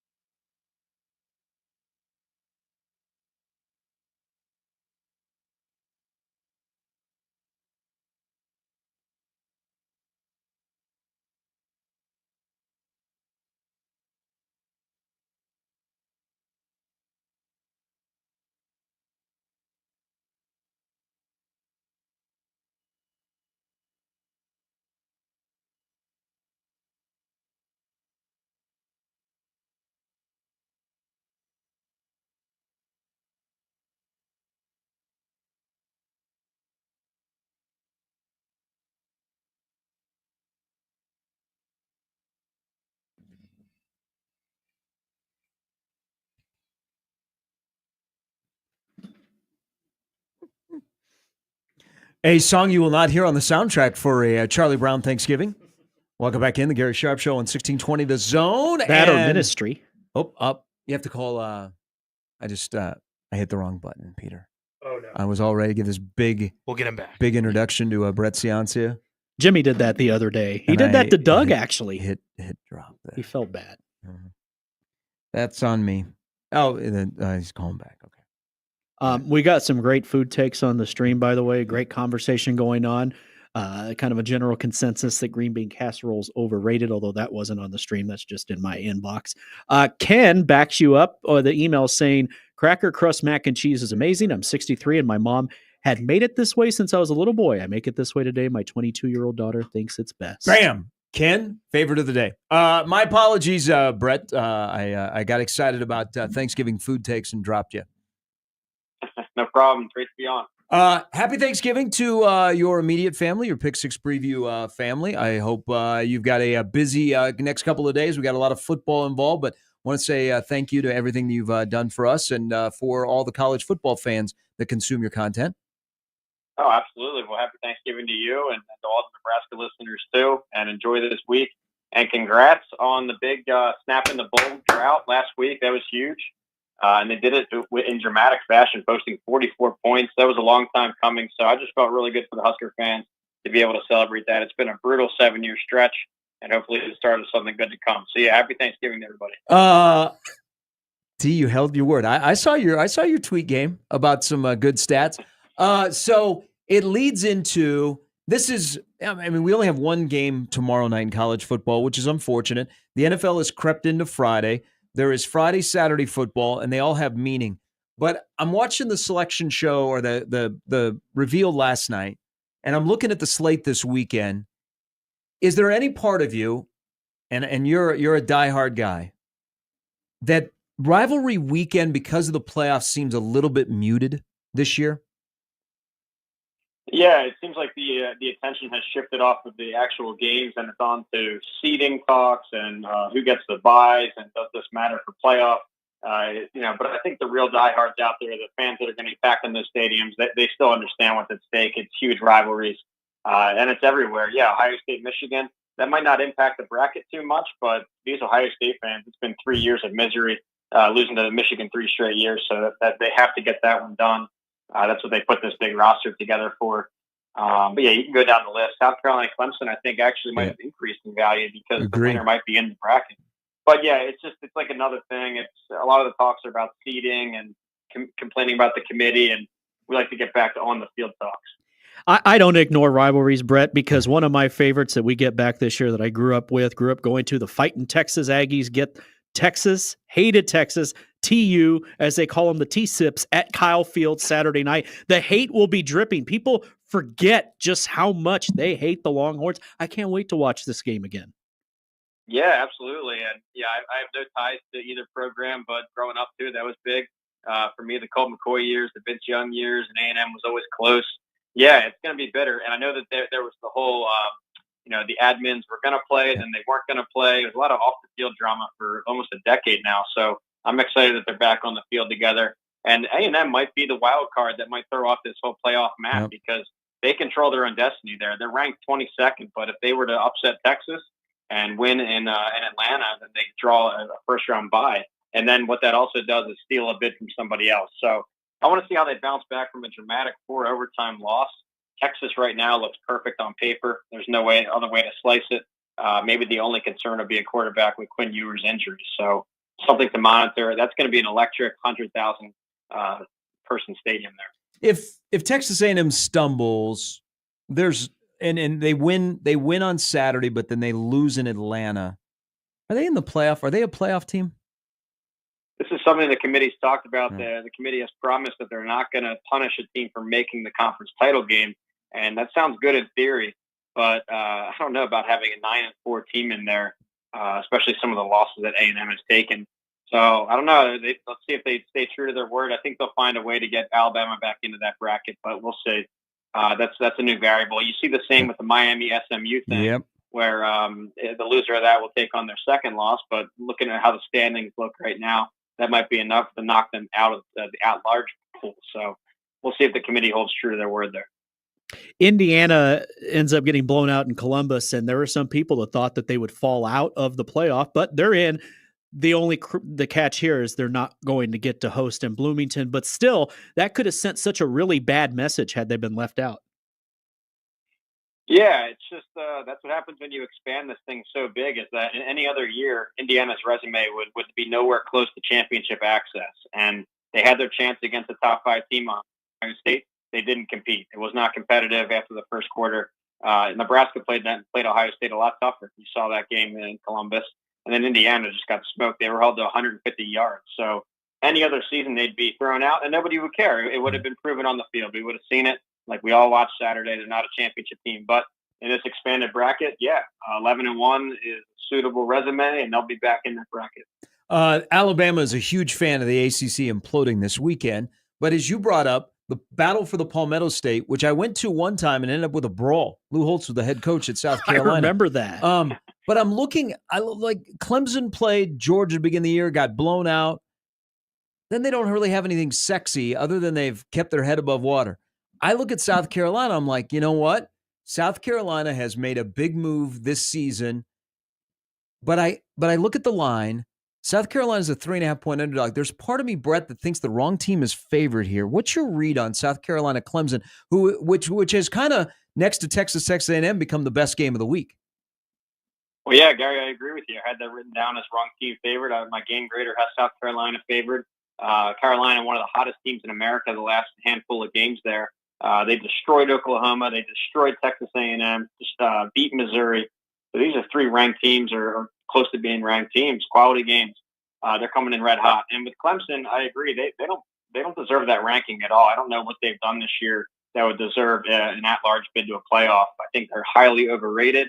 I've been critical of them most of the year, and they keep surviving against under-average ACC teams. So here, I think Carolina is a better team. I think you're going to be able to reignite one of the most passionate rivalries out there. It doesn't get enough praise nationally, but on a regional scale, this one's so bitter down there, especially now with championships at stake. So the only concern I have for Carolina is their pass protection. Mm-hmm. They're dead last in America for me in sack rate, and Clemson's pretty aggressive getting into the backfield. But I think overall, Carolina the better team, and they're going to get it done. Some people seem to be in a tizzy that Notre Dame's behind Penn State. You have a great defense of the Nittany Lions, and they sneak a win over Minnesota, but that's going to happen. They're still a really good team. Yeah, both teams are solid. I think both are deserving of at-large games. In fact, I think both should get the home playoff games at their campuses. But yeah, these people that are really upset about the ranking 4 versus 5, I think it's just kind of crazy to be upset about that. They're so close. I would side Penn State right now. I like them going through the second hardest conference in the country right now, the Big Ten. Arguably the best conference, guys. I mean, look at this top 5, the way it's shooken out. But Notre Dame, they haven't really done much. They did beat Texas A&M. That was back when they had Connor Weigman starting, and A&M looks a lot stronger now. But I'm not going to forget the MAC loss. They go and they lose at home to Northern Illinois. All these games are supposed to count, so I just don't see how you compare that to Penn State going toe-to-toe battle with Ohio State. So I think they're about right at 4 or 5. I don't understand the outrage right now. I'm with you. I for the longest time, Notre Dame has kind of seemed to get a mulligan against a 6-5 Northern Illinois team. Before we dive into the big game, what was your takeaway from Indiana's performance on Saturday in Columbus? And then also probably what's your takeaway from what you saw from Ohio State before we get into Michigan, Ohio State? Yeah, well, Indiana, they came out and punched them right in the mouth. It was a great opening drive. They got up 7-0, and a little bit of probably nervousness settled into Columbus, just like the nervousness that I saw when I was at the Nebraska-Ohio State game. But then Ohio State flexed. They bounced back. I thought Will Howard played really well. He's not getting enough attention for the quarterback and All-American awards. I think he's right up there with his performance this year. But, yeah, I think the difference was the trenches. They started overpowering as the game unfolded. Really 2 specific plays in the special teams might have flipped things. The drop punt snap by Indiana's punter set Ohio State up really close to scoring. And then Caleb Downs, the All-American safety, was back there as a punt returner and had an unbelievable punt return. So, I know that it was a blowout on the scoreboard. 2 special teams plays could have made that worse, but I still think the better team won. And, so it was a good performance by Ohio State. Here it is, Michigan, Ohio State. Not as much of the buzz as the couple of years back, but it's still the big game. It still gets the juices pumping if you love ball. Oh, absolutely. One of the best rivalries in college football. It's just pure Americana when these two get together. And this one, although Michigan has fallen far from where they were the last 3 years, when I'm looking at their stat profile here, it's a ton of red on the paper. That's not good. It's like bottom 20, bottom 10 in all the offensive categories. Meanwhile, Ohio State perfect on paper. So it might have lost some on the field talent luster, but to Ohio State fans, this is everything. This is what they put their dream team together for. It was to end this Michigan problem, to end this 3-game losing streak to Michigan, to get back to Indianapolis, and then to win the Big Ten and make noise in the playoffs. So this is a must-win for Ohio State. And I think they get it done. I think they get it done significantly. I don't see how Michigan can get 10 to 14 points more than that on the board. Ohio State, the best defense in America. I think they're going to clamp down Michigan. Hey, you vote in a lot of awards, of course, the top being the Heisman Trophy. Do you fret over finalists, like has become the discussion about the Jim Thorpe Award and a couple of others that were announced yesterday? It's a little frustrating, yeah. I mean, I think that I'd rather wait until rivalry week and conference title week to put into these finalist votes. That's why I love the Heisman. There are no technically finalists. You have an empty sheet of paper, you fill out your names, and you send it in. And then, of course, they tabulate the votes and tell you who the top 4 were and invite them to New York. But these are the opposite, where you have to vote on semifinalists. They narrow the field here in week 10 or week 11, and then you only have 3 guys to pick from. So I wish we'd have a couple more games to parse through. But, you're always going to find a couple snubs. Dylan Sampson, I thought, should have been a running back candidate. Yeah. But at the end of the day, a lot of these have runaway winners anyway. Ashton Genty will win the running back awards. So we're all talking about finalists or runners-up. But, yeah, I don't know. It is what it is. It's a diverse voting pool across the country, so it's just reflective of that. Before we start getting into the other games, I got a chance to watch Travis Hunter again last week in a losing effort, I should also remind. But he played fantastic. He was great. Would you say he separated himself as the Heisman Trophy favorite at this point? I disagree on that, to be honest with you. I think he's a special player. I think it's a great story. It's the endurance that he's able to go both ways, and that is special. But I don't know, guys. I think there's other candidates out there that have been more important to their teams throughout the year, more impressive to me. I guess I'm a little jaded because the only time I saw him live was at that Nebraska-Colorado game. And at the time, I just remember thinking he was a non-factor. I mean, nothing stood out to me that I was watching a Heisman winner or a Heisman candidate on the field that night. In fact, one play, I think it was Dowdell's touchdown. He was rumbling towards the end zone. Travis Hunter shied away. He wanted no part of trying to tackle the guy. So I know these are small examples, but nothing screamed Heisman to me. I think what you've seen Cam Ward do week in and week out with no defense behind him at Miami, leading an ACC title run. Dylan Gabriel's played perfect all year. Will Howard, Genty really should be the guy. If a guy breaks Barry Sanders' rushing records, he should be at the top. But even within Colorado, I'm not anti-Colorado. I think Shadur Sanders is a more impressive player than Travis Hunter this year. So if you take Shadur out of Colorado, I think they're like 3-9. So it's tough for me on that one. We'll see. It looks like he's a Vegas favorite, but I might disagree. We'll have a good discussion post because both you and I have votes post Heisman Trophy announcement. Hey, we'll get you on this. What's your read on what happened with Mac Brown in the last week in Chapel Hill, and how good of a job is North Carolina? Well, North Carolina is one of those programs that everyone has considered a sleeping giant because the one thing you can't change is your location, and they're now in one of the booming demographic areas of high school and college football, Southeast, and they're in a winnable conference there, the ACC. So I think it's an enviable job. You see that they're committed to athletics. Their basketball program's phenomenal. So I think it's a great job. It's just you need someone to go in there and harness the potential. The way it unfolded there is unfortunate for a legend like that, but I mean, he's had plenty of years to get it fixed, and it hasn't worked. His coordinator hires have been poor. The defense never fixed. So he had a great chance. He brought them back to relevance, but nothing more than that. So it's a shame how it unfolded this week, but I think that's just how college coaching works. Hey, enjoy the holiday weekend with your family and football, and we'll have lots to talk about next Friday ahead of the conference championship games and the reveal of what the playoff field will look like. As always, my friend, thank you for your time. Yeah, absolutely, guys. Happy Thanksgiving. Thanks for having me on all season. Always an honor, and we'll talk next Friday. That's Brett Ciancia from Pick Six Previews. There's a lot of rumblings that there could be some interest from SEC or a Big Ten connection to North Carolina. I think it's a good job. There's money there. They want to win. And remember, they don't know at North Carolina what's going to happen to the ACC, so you've got to, just like Kansas, position yourself well in football so you can be appealing at a school that is known for basketball. Mm-hmm. But it was the right time. I mean, he had not done enough on the field. Are you gonna let him dictate the terms while your program falls further and further behind? Brett's right. North Carolina had opportunities. It's not like they haven't had players. They've had opportunities to break through and stay at the top of the ACC. It's just not happening. And when Big Jim hung 70 on them, I mean, that told you it was. Well, and I think, I don't know, I mean, people are getting agitated because Max said he was coming back and then all of a sudden he was fired. Well, did he do that rogue? Had he had a conversation with his athletic director? Or he had a conversation with his athletic director knowing that he was going to get fired and yet went publicly and said, I'll be back to try and garner favor.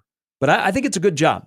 You know, very good job. PJ Fleck's agent is probably down in Chapel Hill right now. He's opened up an office. It's probably like, we need a Big Ten guy to help us get the Big Ten. We need someone elite. That'd be a parallel or step back move. Minnesota to North Carolina. Technically, it might be a step back just because of the leagues, but that's a very good job that he would turn around in pretty quick succession. But you remember, but Minnesota would be a good job. Any dabbling with Fleck, you have to turn your program completely over to him with the branding and everything. Yeah.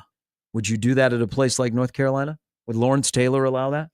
Would Drake May allow that? Would they let him get on his boat?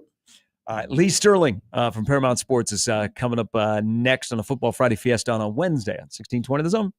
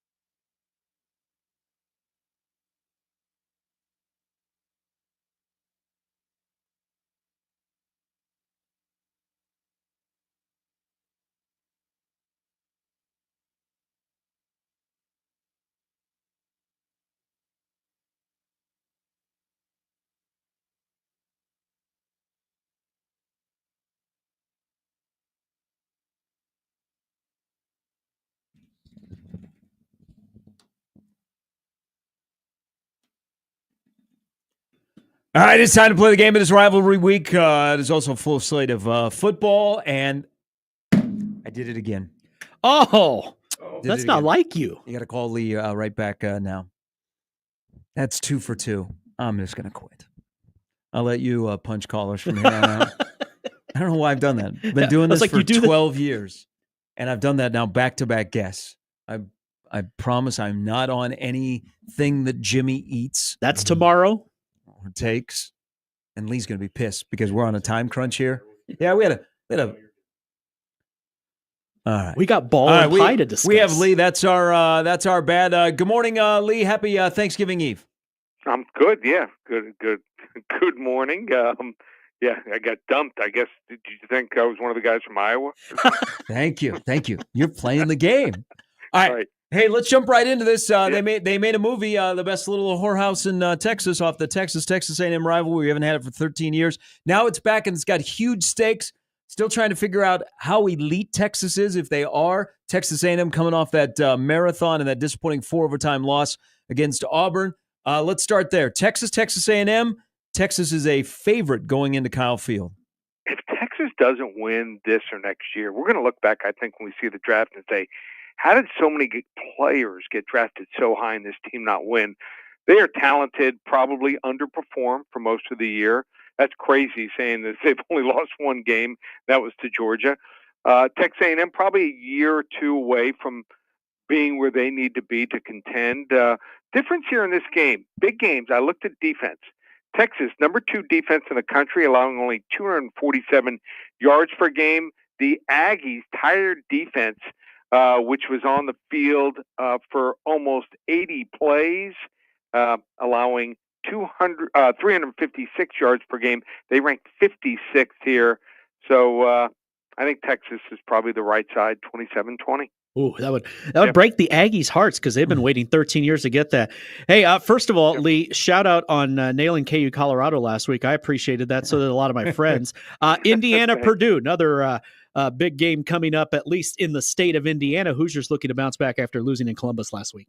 Yeah, tough Saturday for Indiana. I saw it coming. Heck of a team, but Buckeyes were just too big of a step up for them here. Good news is now they have a chance to put a stamp on their all-time best season while still having, I think, a really good shot at making the playoffs here. How about Purdue? They rank 129th in offense and defensive scoring. Yikes. I mean, we've seen some bad teams, bottom 10 or 15, but bottom 5 in both. And talk about a team that doesn't create turnovers. How about this? Purdue's opponents, when they're on defense, have only fumbled 4 times in 11 games. They've only jumped on 1 fumble. Wow. They've gotten 1 fumble recovery. You guys did those drills, right? When you were playing youth league football, where you jump on the ball and you turn sideways, right? Make sure you recover it. They should have just wasted they wasted a whole season on that drill here.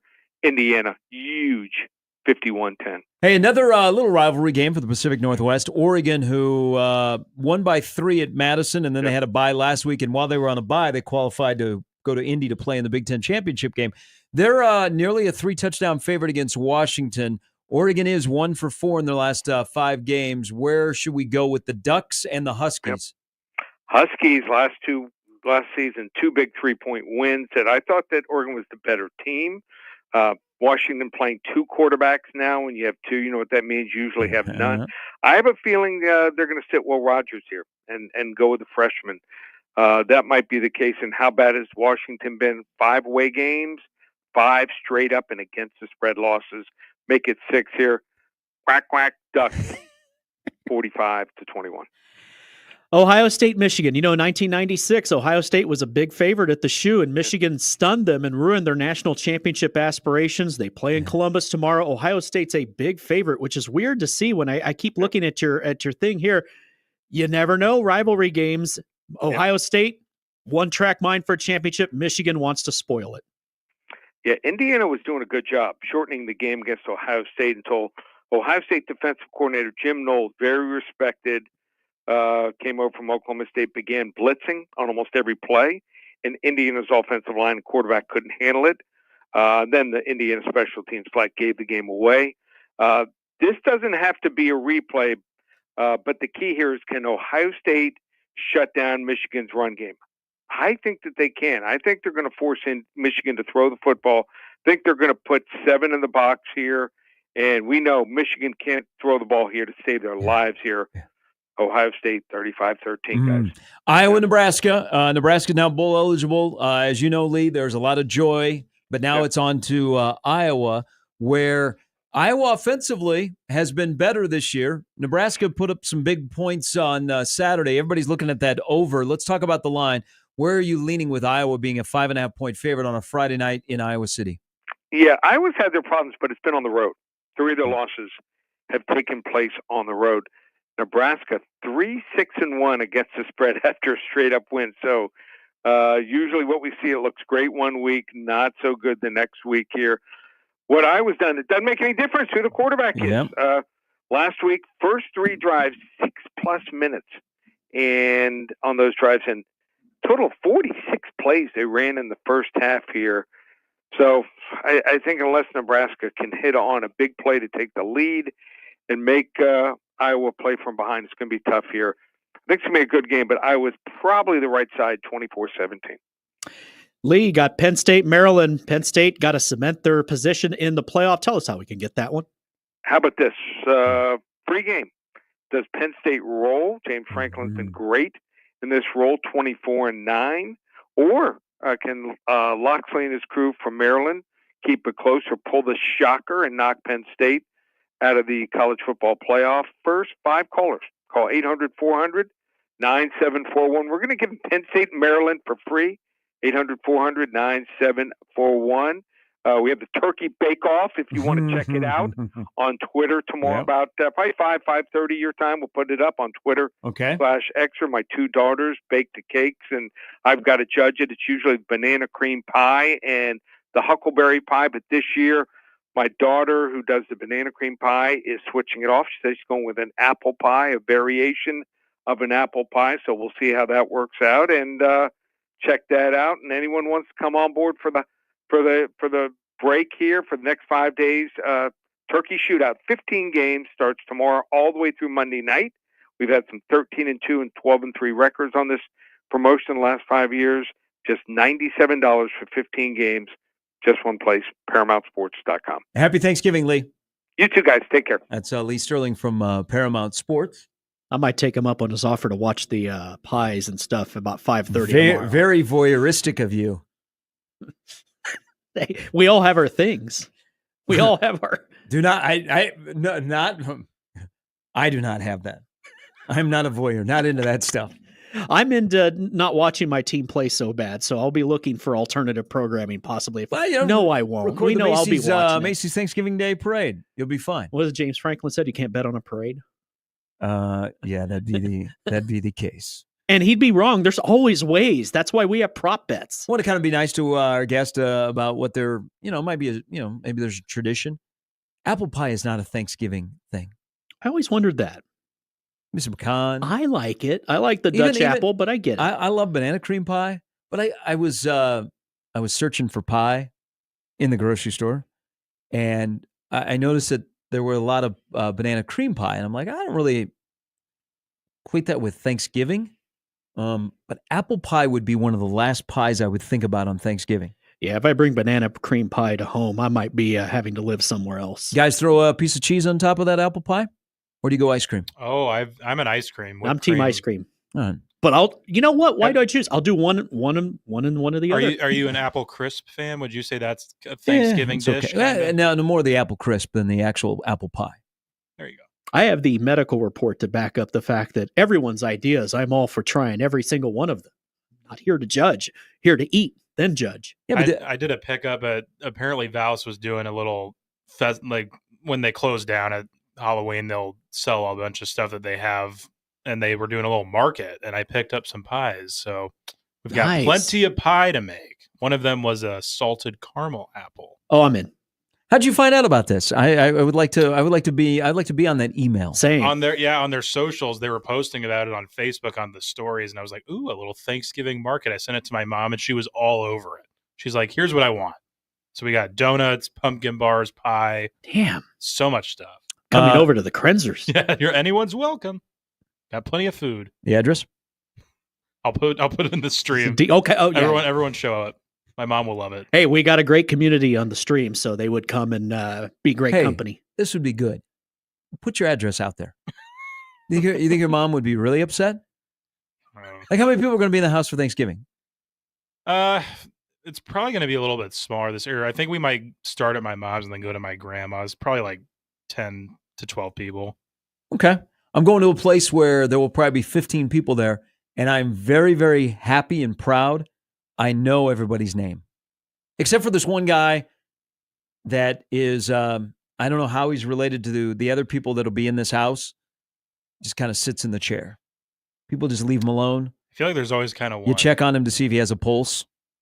But I'm very, like, this will be the first year that I know everybody's name. Very excited. Very, very excited. Dookie Clint, fresh off the tears of last night losing to KU out in Vegas. Sorry, Clint. He goes, I hate apples, but I love pie. Many do. That's fair. I'm surprised you're out on the apple pie. Apple pie is not a Thanksgiving pie.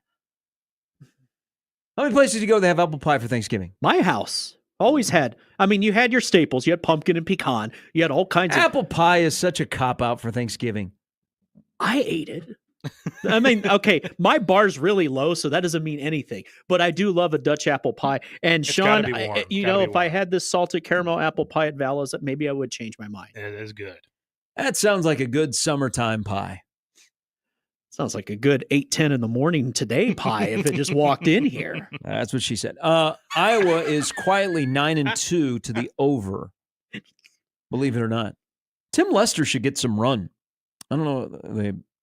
He's not on the Frank Broyles list.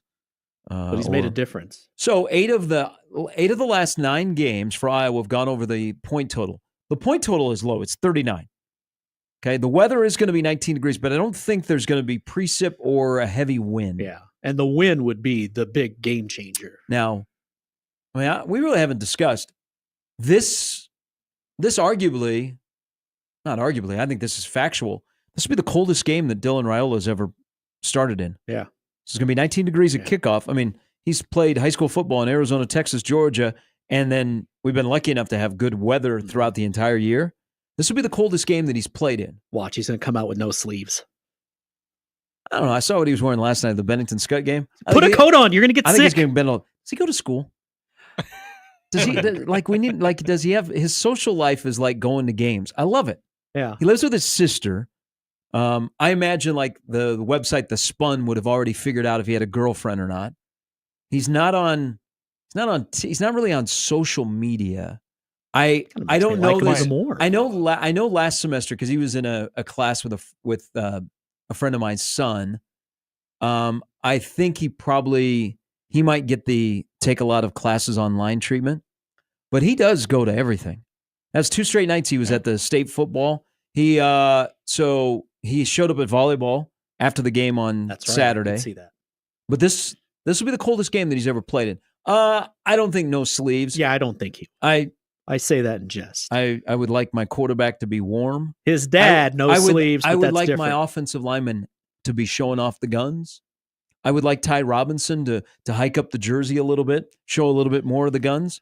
But the total is low, 39. Yeah. So Nebraska has 44, 20, 20, and 17 over the last 4 games. I think when you look at Iowa's numbers, the over is actually 39.5. My problem. I don't want to screw you out of the hook. I think when you look at Nebraska's offensive numbers, you have to separate it.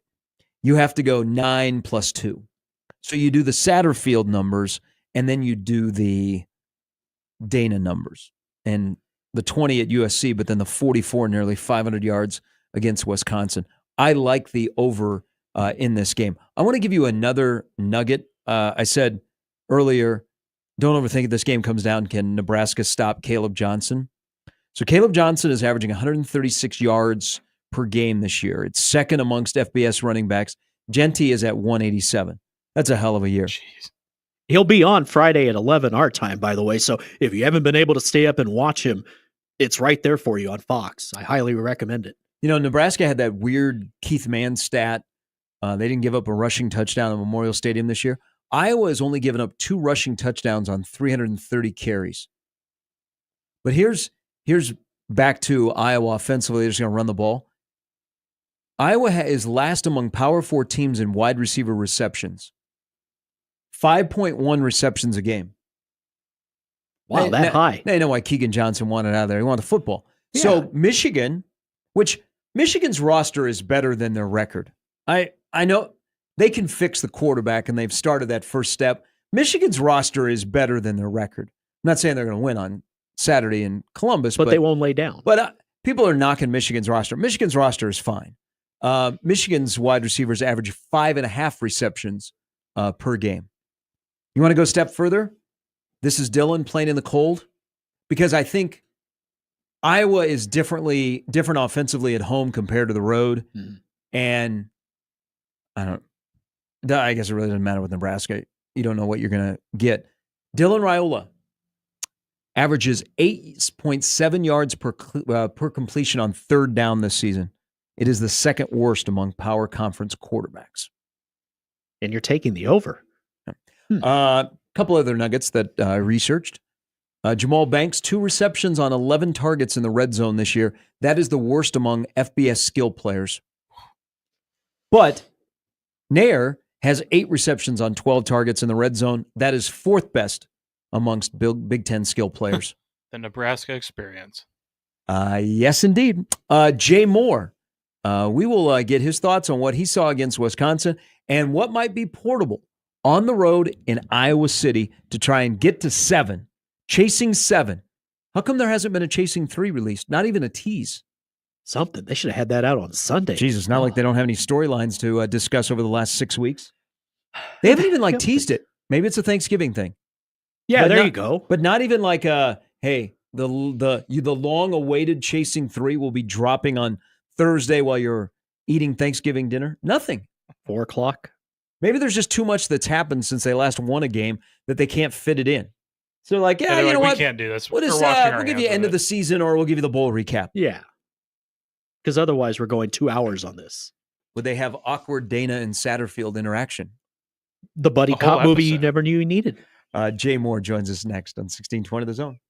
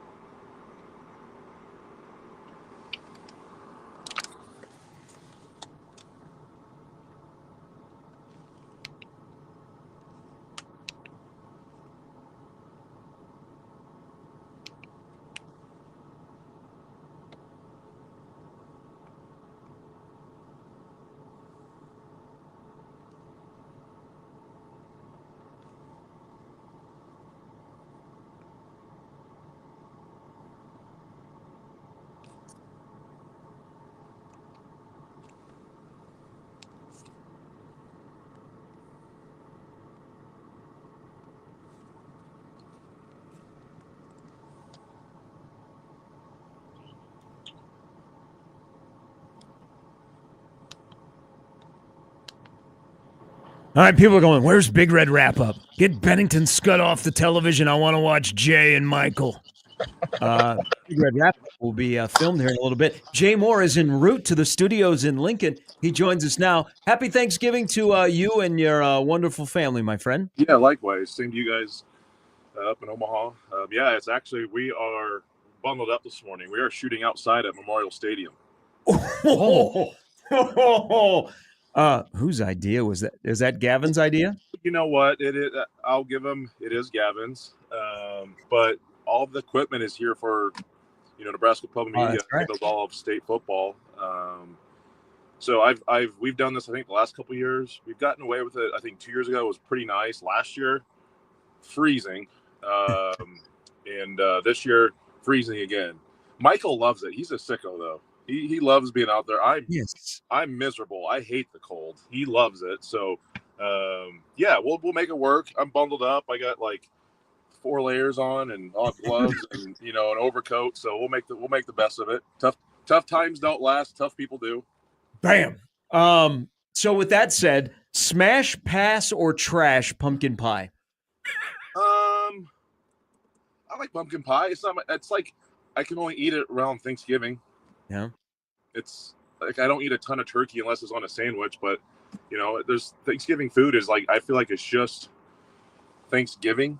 I don't really eat mashed potatoes and gravy and turkey and stuffing and cranberry sauce any other time of year. So it's very appropriate for this time of year. But yeah, I like pumpkin pie, but it's not like give me my favorite's like a strawberry rhubarb pie. That's my favorite. Ooh, I have that like every day of my life, but yeah, I'll eat it. Yeah, some whipped cream on top. Yeah. I'd smash. Yeah. Nebraska offensively, what was different? Just pure execution, play choice, guys making plays. Wisconsin, what was different to score 44 points? Yeah, I think a lot. I think there was a little bit of everything. I think this is week 2 of obviously Holgerson being at the helms calling plays. Obviously his 3rd week being in the stadium and being around the guys. So you kind of, if you want to equate that to the first year of the season, a lot of times your biggest jumps from week 1 to week 2, then week 2 to week 3. But I think you kind of heard him say that he simplified a lot of stuff heading into when he got here. He said the playbook was very deep, complicated, a lot of NFL concepts. Guys are playing multiple positions. I get it. I understand that. You can be as complicated as you want, but if your guys can't comprehend and execute on the field, you're doing them harm. You're not doing them any good. So I think he came in and said, listen, he said, if I can't understand and comprehend these things, how are my guys supposed to do it on the field full speed against another opponent when they're tired in the 4th quarter? So I had to pare stuff down. I think you saw that. I think guys you saw are playing quicker. Dylan seems like he's processing information so much quicker. Guys are open. They're kind of taking what the defense is giving them. Not a lot of deep shots down the field. More intermediate stuff. You're just getting the guys who are open and get them in space and let your athletes go make plays. So I think it's a little bit of everything, but I think I think simplifying it for the most part is probably it's amazing. You just it's a KISS rule, right? Keep it simple, stupid. And unfortunately, in this business, in college football and football in general, coaches have egos and they like to make things complicated to show how smart they are. And even if they understand it, it doesn't matter how much you understand it. Your players better be able to understand it. And obviously, there was a lack of understanding, a lack of communication to have them get over that hump to understanding it. And I obviously the way they performed and on Saturday against Wisconsin against a pretty damn good defense, I liked where things are headed. Jay, it just seems like it was a lot of paralysis by analysis, but in simplifying it, it almost found some swagger to them. I mean, I know scoring helps, but it's just a different mentality, it seems like, from this team. Yeah, it does. I think when you have success and when you finally get it, it's amazing what that does for confidence. And when you struggle and you can't put drives together, you can't put points on the board. Your field goal kicker is struggling to make kickers, and he's obviously done a complete 180 since the Ohio State game. And that's helped the offense as well. But having guys, when you simplify things and your wide receivers are just, whether the X, the Z, the tight end, you're the Y, you're just, your job, your role. And you want to do that and understand it and do it to your best of your ability. And sometimes when you are asked to do a lot and you're hesitant, gosh, I don't have a full grasp and concept of what exactly I'm asked to do, because there's so much to it. And I think when you pare things down, simplify it, and you get success, obviously at a pretty quick rate here in the second game with Holgerson, you're going to have confidence. You're going to show excitement. You're going to show enthusiasm. And the best part about it, once you get these results, you finally get the results going through all the process that we've talked about so much, you're gonna want to do it even better, because you got the taste of success and you're gonna want more. So I think that's going to breed some pretty important play calling, execution, all those things, in the next 2 games that they'll have the rest of the season. Hey, we focus on the quarterback and what Emmett Johnson did on Saturday, the wide receivers, what they're doing at tight end, where Lindemeyer and Borkature was getting more run on Saturday. What effect do you think it's been on the offensive line? Because I think under Matt Rule, in terms of being consistent, this is 2 really good back-to-back games against USC and Wisconsin that this offensive line has done. What is the Dana effect on the offensive line, Jay? Yeah, it's I don't know if offensive line wise. I mean, you have your protections, right? Whether you have your run game, you have counter, power, duo, inside zone, outside zone, stretch. Those are the same kind of concepts. Pass pro wise, you have slide protections left and right, and you have man on one side, zone to the other. So those things are pretty constant within an offense. The route stuff and combinations and what's being called, they're not really paying attention to that. They're just hearing protections. They know, depending on what front they get, they're executing. I think what's helped them is the ball's getting out of Dylan's hands much quicker. So that helps, because guys are able to think quicker, receiver wise, get open. Dylan's able to find the guy. So, and then you're able to get confidence, because what happens then as a defense, you start getting frustrated as a defensive line when you're like rushing the passer and you can't get there, and you're getting close, but Dylan's able to get the ball in his hands, and then you're able to throw some wrinkles of the run game in there, and you start gashing them. You start frustrating the defensive line. So offensive linemen can notice that, and they can feed off of that. So I think they're just putting them in the giving them in the best situation. Listen, the ball's coming out. Offensive linemen can't protect forever. The ball has to be gone in 3 seconds, ideally. Otherwise, it's usually bad things happen. So I think just with that, the offense running more efficiently, I don't think anything's changed schematically. I just think this offense is just producing more in the pass game, and because the success in the intermediate pass game is opening up the run game. I think the run game holes, they've been there. I think we've discussed that before. Most of the year, Emmett's finding them. Dowdell's done a better job of finding those creases and those holes. And like I said, this offensive line has performed pretty darn good all year. I know the offensive line always gets the majority of the blame when the offense is going well, but I've tried to protect them and stand up for them. I thought they've been done pretty darn good, but I think now everyone's kind of on the same page offensively, and you see what happens when it doesn't take much. It just takes a little bit, and all of a sudden, boom, production and points, start showing up. And this is a black shirt. Once that offense is clicking as a defense, you guys go to another level because you feed off everything. If not just your teammates, just the extra energy in the crowd. 100%. It's college football is so much about momentum. And this defense, I know they have their issues, especially in the back end. But when you've had to play so perfect, you've never won a football game until the Wisconsin game, where the opposing team has scored more than 14 points. That just from top down, from Tony White through your rest of your defensive staff to your players, you just know that you have to be perfect, and you want to be perfect. You're going to try to be perfect, but when your offense can now produce, and if you screw up and you let a big play happen, your offense is going to have your back, and that's complementary football. And that's what's been missing from this team these last 2 years, is the defense has really been holding their end of the bargain, but the offense really hasn't. And it's hard to win football games in a lot, 6+ football games when your offense struggles. So hopefully the defense can clean some things up on the back end and know that, hey, we can take some chances. We can do some things.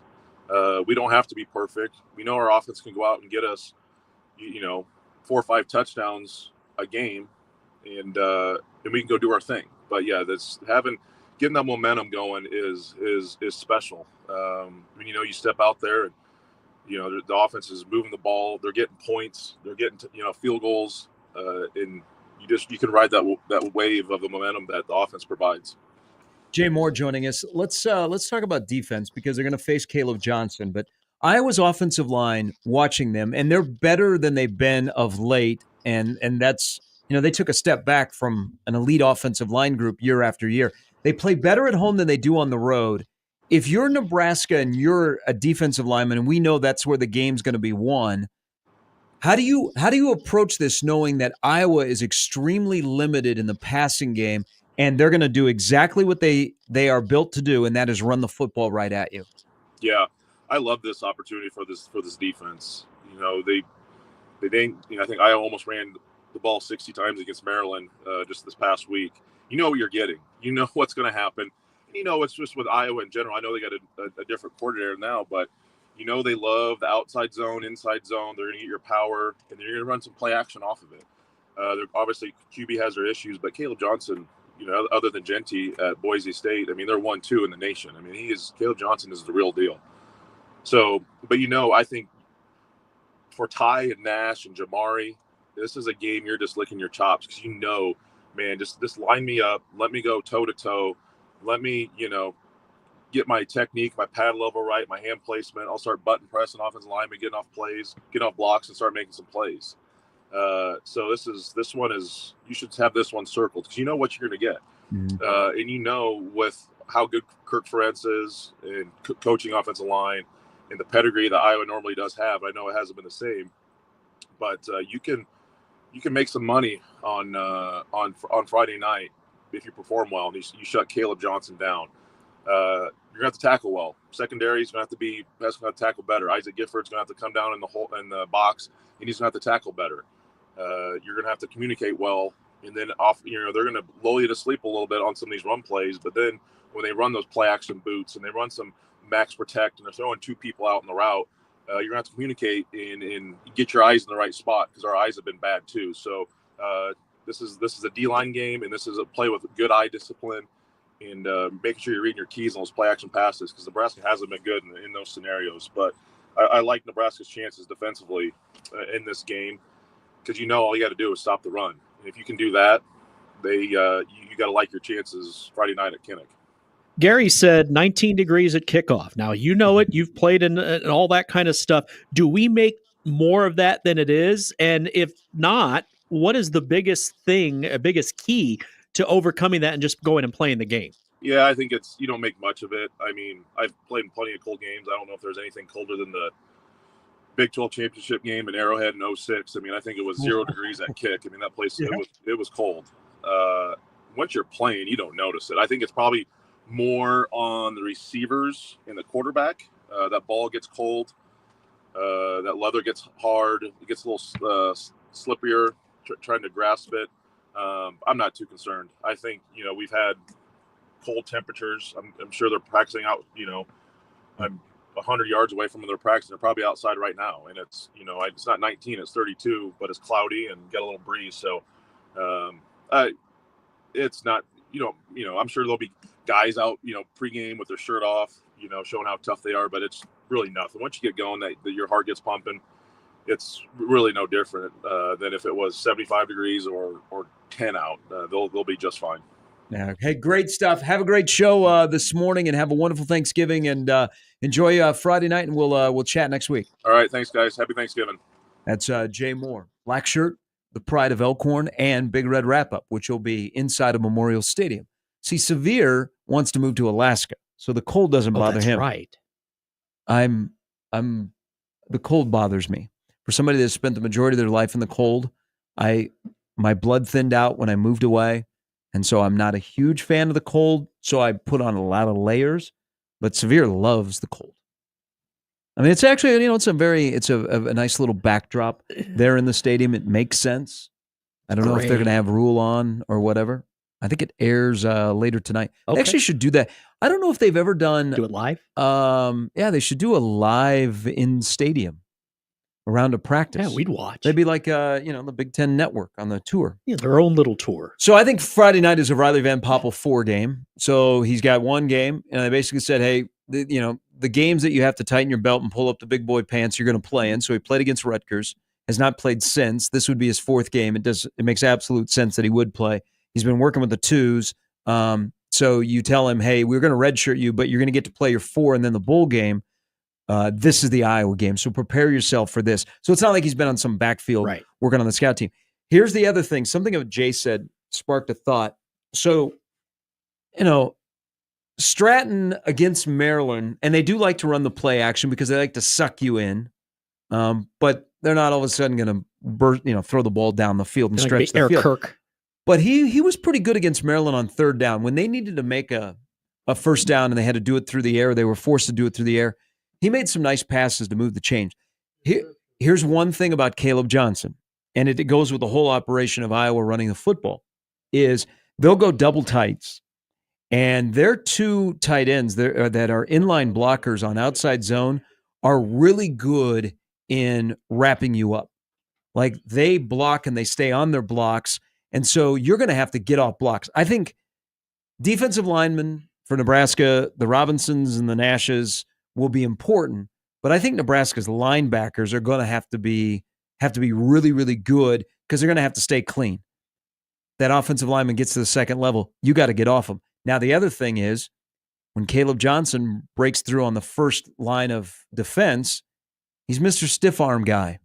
Like, he'll be running down the Minnesota game. He's running down the field and he's stiff arming a guy, and the guy from Minnesota has terrible leverage and an angle, and he can't get off the stiff arm, and Johnson just keeps running down the sideline.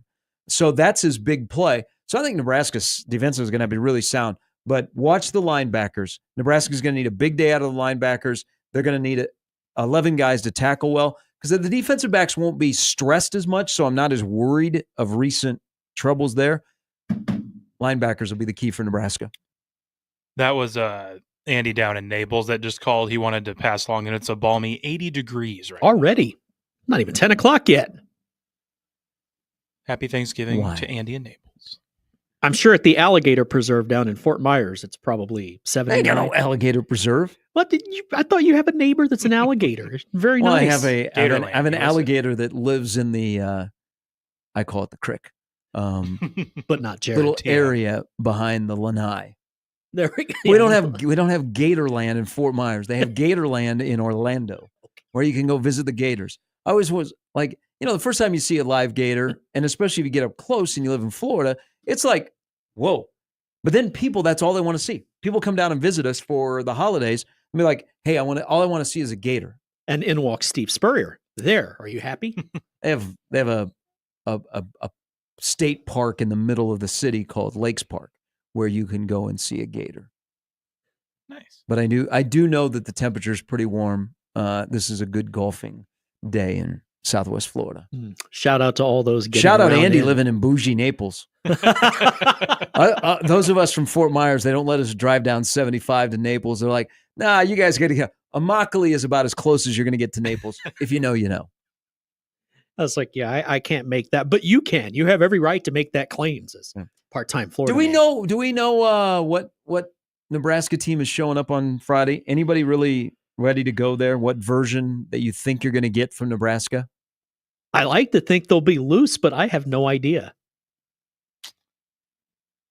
I'd like to think that it'll be business as usual, but the weather thing, we talked about the Dylan not having as much experience in the colder temps, but this is how you get it. Yeah, and I'm not sure that that's really going to impact him as much.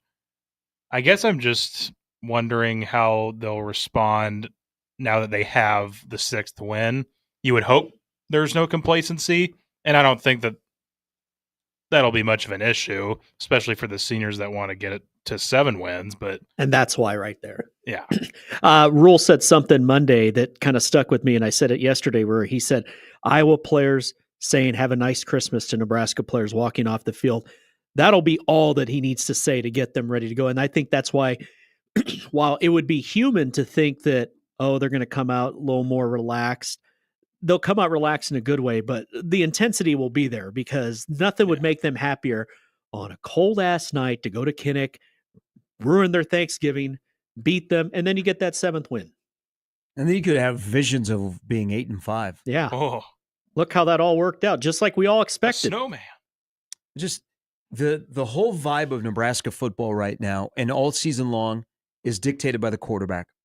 If Dylan Raiola is dealing and he's smiling and he's having fun, the whole fan base is that way. If he looks like he's miserable and he's swimming in it, then everybody's agitated, and you start looking for people. You're like, I can't. What? That guy's not doing this, this, and this. His vibe is our vibe. And that's fair. I think that's what you want from your quarterback. And his teammates will feed off of that. Because if he's feeling it, then you're feeling it. Otherwise, what's wrong with you? If they can get even half the production from Barney that he gave them against Wisconsin, I think the offense will be in good shape. I'll tell you what was a little bit of an overlooked thing, but it, in the grand scheme of things, I thought was huge, is how Nebraska started against Wisconsin with that kickoff return. Mm-hmm. Mm-hmm. That kickoff return was a spark, and it ended up in points.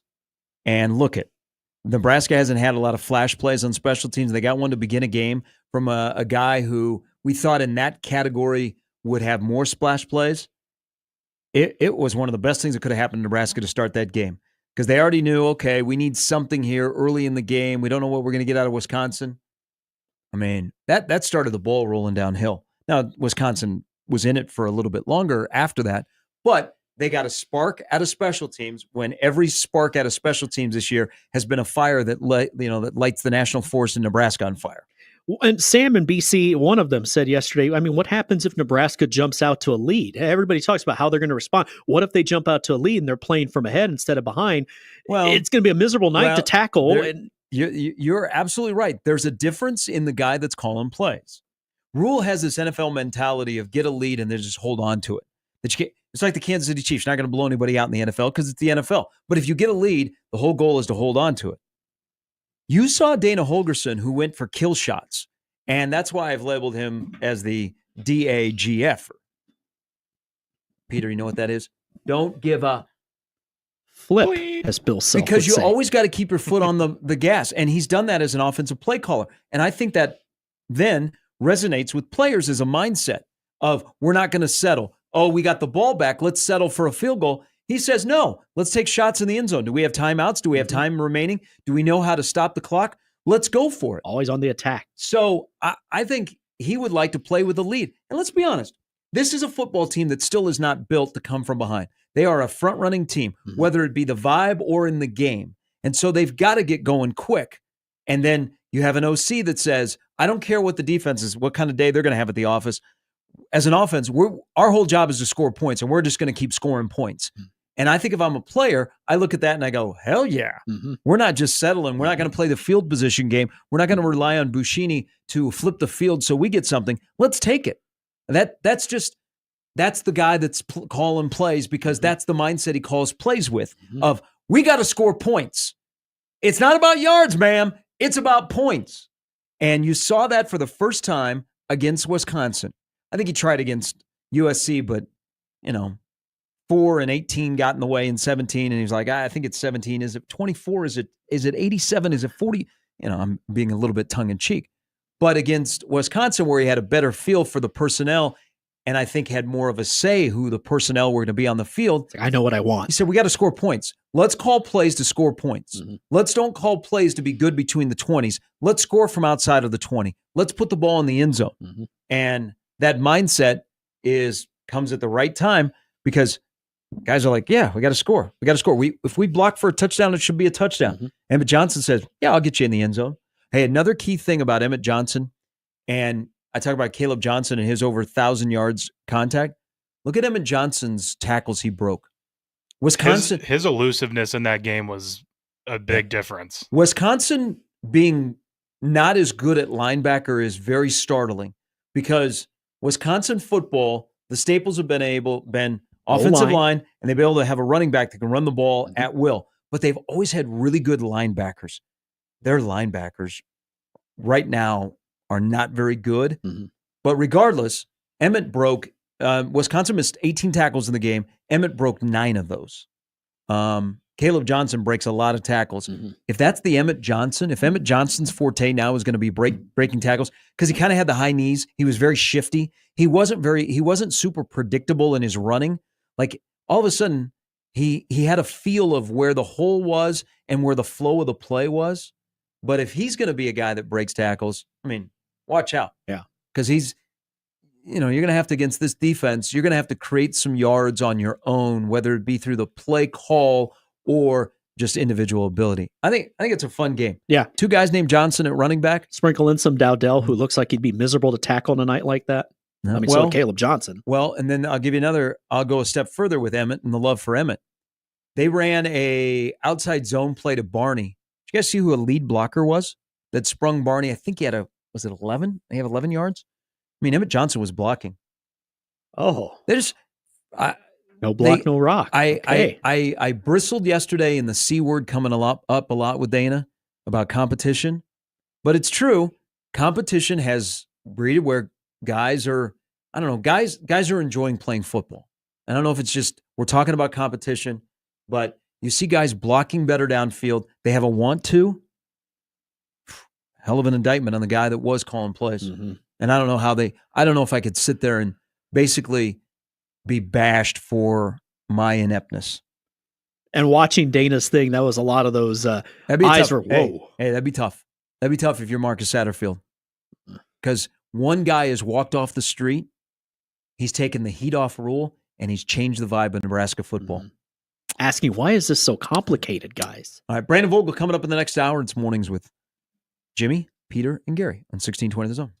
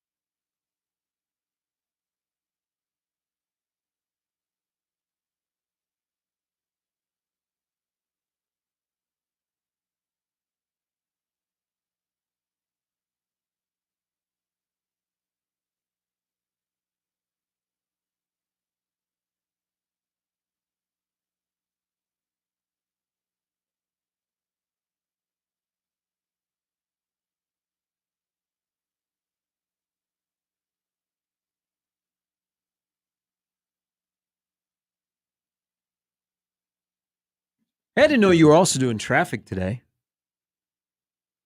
Yeah, I'm just running around like a madman. Get that man a cookie. Slash. On Thanksgiving Eve. Peter Krenzer, Mr. Utility.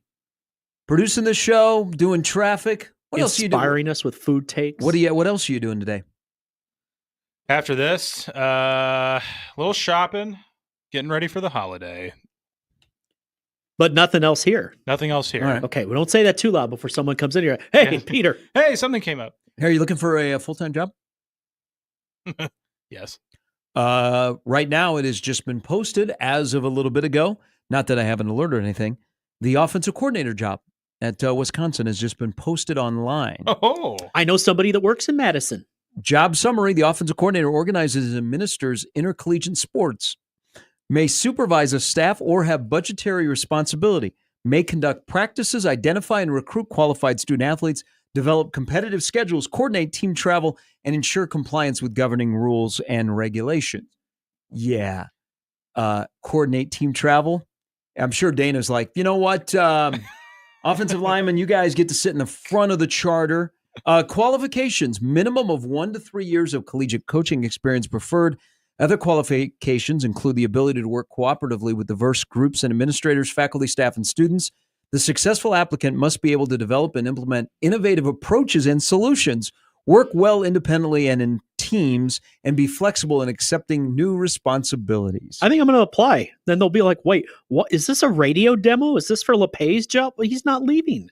The by committee lasted 1 week. They're like, all right, put this on Indeed. We need some applicants. This guy averages 627 yards on college football 25. We need to talk to him. Wonder if Tom Herman will be attached to the Wisconsin offensive coordinator job. That would be interesting.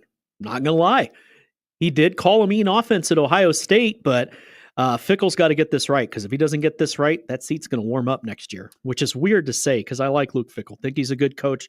Thought it was a good hire. Like you see, he and Rule are going to always be tied together. Huge game Friday morning against Minnesota to become bowl eligible. We have that game on one TV and then Boise on the other. All right, last hour of Football Friday Fiesta on Thanksgiving Eve coming up. Dana Holgerson said something yesterday that people went, what did he say? Plus, we have Brandon Vogel in the last hour as well on 1620 The Zone.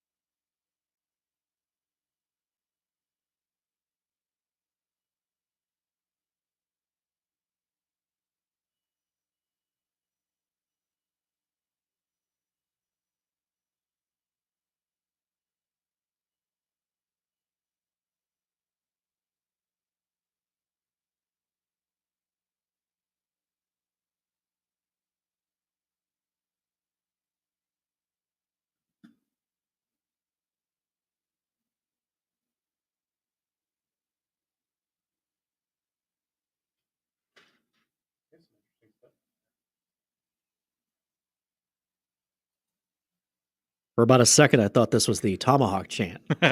It's a very slow burn intro. People you never know forget, what you're going to get in some of these bumps. People forget Florida State used to be good at football. God, what are they? They did win Saturday, so I should lay off. 2-9 now? They are on their way to 2-10 after they lose to the Alligators this weekend. They've only played one Power 4 team to 10 points or less, and that was Duke since September 28th. Good Lord. Well, since they played Duke. Yeah, only one Power 4 team to within 10 points. Wow. This used to be one of the games of the weekend. Keith Jackson or Brent Musburger, ABC, 11 o'clock. The big game used to be at 11 o'clock back then. And now I think it's on ESPN2 maybe, something like that. Or no, it might be on SEC Network. I check. ESPN 8, the Ocho? Yeah, might as well be. Billy Napier won't get Coach of the Year in college football because that'll go to Cignetti. But if they beat Florida State, Florida will finish 7-5 against, quote unquote, one of the toughest schedules ever known to man. Mm-hmm. About to get fired. Yeah. Got to stay. And now they could finish 7-5. The message boards when the news was coming out that he was going to stick around a few weeks back before these wins was not great. And now it's funny how much that's flipped. A lot of coaches very good job. Well, you know why it's flipped? Because he found a quarterback. DJ Legway has changed Florida's trajectory. Mm-hmm. They played him earlier? Maybe he wasn't ready. I mean, I think we see across the landscape of college football is players play too early and then it just sets them back. They're playing him at the right time, and he has saved Florida. And all of a sudden, Florida has momentum. Mm-hmm. Tops of recruiting, people are excited. They're like, "Whoa, this was supposed to be done." And now Napier's got to stay. I still think until we roll around till next year, I won't believe it. Right, same. But look at it. They could be 7-5. They could beat Florida State, and Florida could be 7-5. Win a bowl game, that's 8. Who would have thought they would go to a bowl game? Nobody. Mm-hmm. At halftime of that A&M game when they were booing Billy Napier for telling people not to drink and drive on the video board. Now he can tell them not to drink and drive and be like, you know what, that's bad. We shouldn't do that. So watching your beloved KU Jayhawks play last night, I still can't get over that kick. It wasn't an accident. It wasn't a flagrant. No, yeah. And it wasn't Daniel LaRusso putting his leg up to. So, did you notice who the sponsor of the game was? No, I did not. So, it's called Terry's Chocolate, and that's basically all the commercials that they ran. Oh, I had to go look up what Terry's Chocolate is. Is it what I think it is? So they sell orange-flavored chocolate candies. Okay. Oh. It's essentially an orange slice that is covered in chocolate. At least that's what it looks like. But I'm still, because Terry's Chocolate was sponsoring the Duke KU game in Vegas. Does these chocolates do what I think they do? They look to be normal chocolates that you would feed your dog. Oh, yeah, but orange or your kids. And an orange chocolate is such a hit or miss with people. People are either all in or all out on that. Don't Google Terry's Chocolate at work. Got you, Charles. I have, yeah. It's not Terry Tate. Well, not Terry Crews. It's spelled with a Y instead of an I. And if you see Terry's Chocolates. But I still think, like watching the commercials and thinking, why would this company sponsor the Duke KU game? We don't have Terry's Chocolates around here. At least I don't think we do. Does C's have the same effect? I don't know. I think it's still related to money laundering. I think that's what Terry's Chocolates are. It's like Los Pollos Hermanos. Yeah. They have a front for they sell chocolate candy, but behind the scenes, they're related to money laundering. That's all I can think about of why would a company like that sponsor that game? Because it's not like, hey, do you have $5,000? I mean, they had their logo on the floor. They had all these commercials on ESPN last night. I mean, we're probably talking, I don't know, deep 5 figures. Now, I don't know if it'd be 6. I don't know if it'd be 6. But I'm thinking, Terry's Chocolate. Why are they sponsoring this basketball game? Will they be on your Thanksgiving table this year? Deliciously unsquare since 1932. So they've been around since 1932? According to this website slogan. Never heard about it until yesterday. And I think I've consumed some chocolate in my life. Same. I'm equal opportunity. The website description on Google that pops up as the snippet. Which is your Terry's treat? There's something for everyone with our classic chocolate balls, ice cream, minis, and more. Context, please. Balls, huh? That's the snippet. Stop. It's Thanksgiving. You don't want to lose your gig before Thanksgiving. The Dana Holgorsen presser yesterday. I'm just trying to help you out. He speaks like a head coach. Speaks as a guy who doesn't complicate football. Knows what he wants. Which we unfortunately around here, we do complicate our own football. He did something that when you're Dana Holgorsen and you have a background like he does, you can give an NFL comp to Ja'Cory Barney. And he went with Tank Dell. Yeah. And people know who Tank Dell is. Mm-hmm. And Dana Holgorsen coached Tank Dell. And Tank Dell is doing things with the Houston Texans. So you can make that comp. And that's a great comp for a player that wants to be in the NFL. But it's also, you always got to think about recruiting. Okay? Who else wants to? Oh, I didn't know that the OC at Nebraska coached Tank Dell. I watched Tank Dell play on Sundays. He won my fantasy game. I would like to be the next Tank Dell. So subtly, he dropped that comparison to Barney. There's also something he did yesterday that caused some pause, elicited a couple of emails of questioning of what his response was into the Equitable Bank inbox when he was asked about essentially his future here. Now, remember, he said he had fun. He's just calling ball. Yeah. Okay. He doesn't have to deal with all the other stuff you have to deal with as a head coach. You're not worried about 150 guys. You're worried about, I don't know, as an OC, maybe 35 to 40 guys. And that might even be lower in Dana's cases. He's still getting to know people. You seem almost giddy. Well, because there's less pressure. Yeah. He can just call plays and he can sit in a room for multiple hours. And that's all he does. He doesn't have to go out and talk to the athletic director. He doesn't have to go and, deal with an issue of a guy breaking up with his girlfriend. He doesn't know if he's going to practice today or meet with the trainers. All he has to do is sit there and be in his wheelhouse, and that's calling ball. Mm-hmm. So I can see why he's having fun. And you know what? I'd have fun too if my offense just scored 44 points. I had over 470 yards, and people think I'm the best thing that's ever happened to Nebraska football in the last while. But he was asked about his future. And I thought, so if you listen to it initially, you think, oh boy, should Rule be ready? I took it this way. Dana Holgorsen didn't just, this ain't his first rodeo.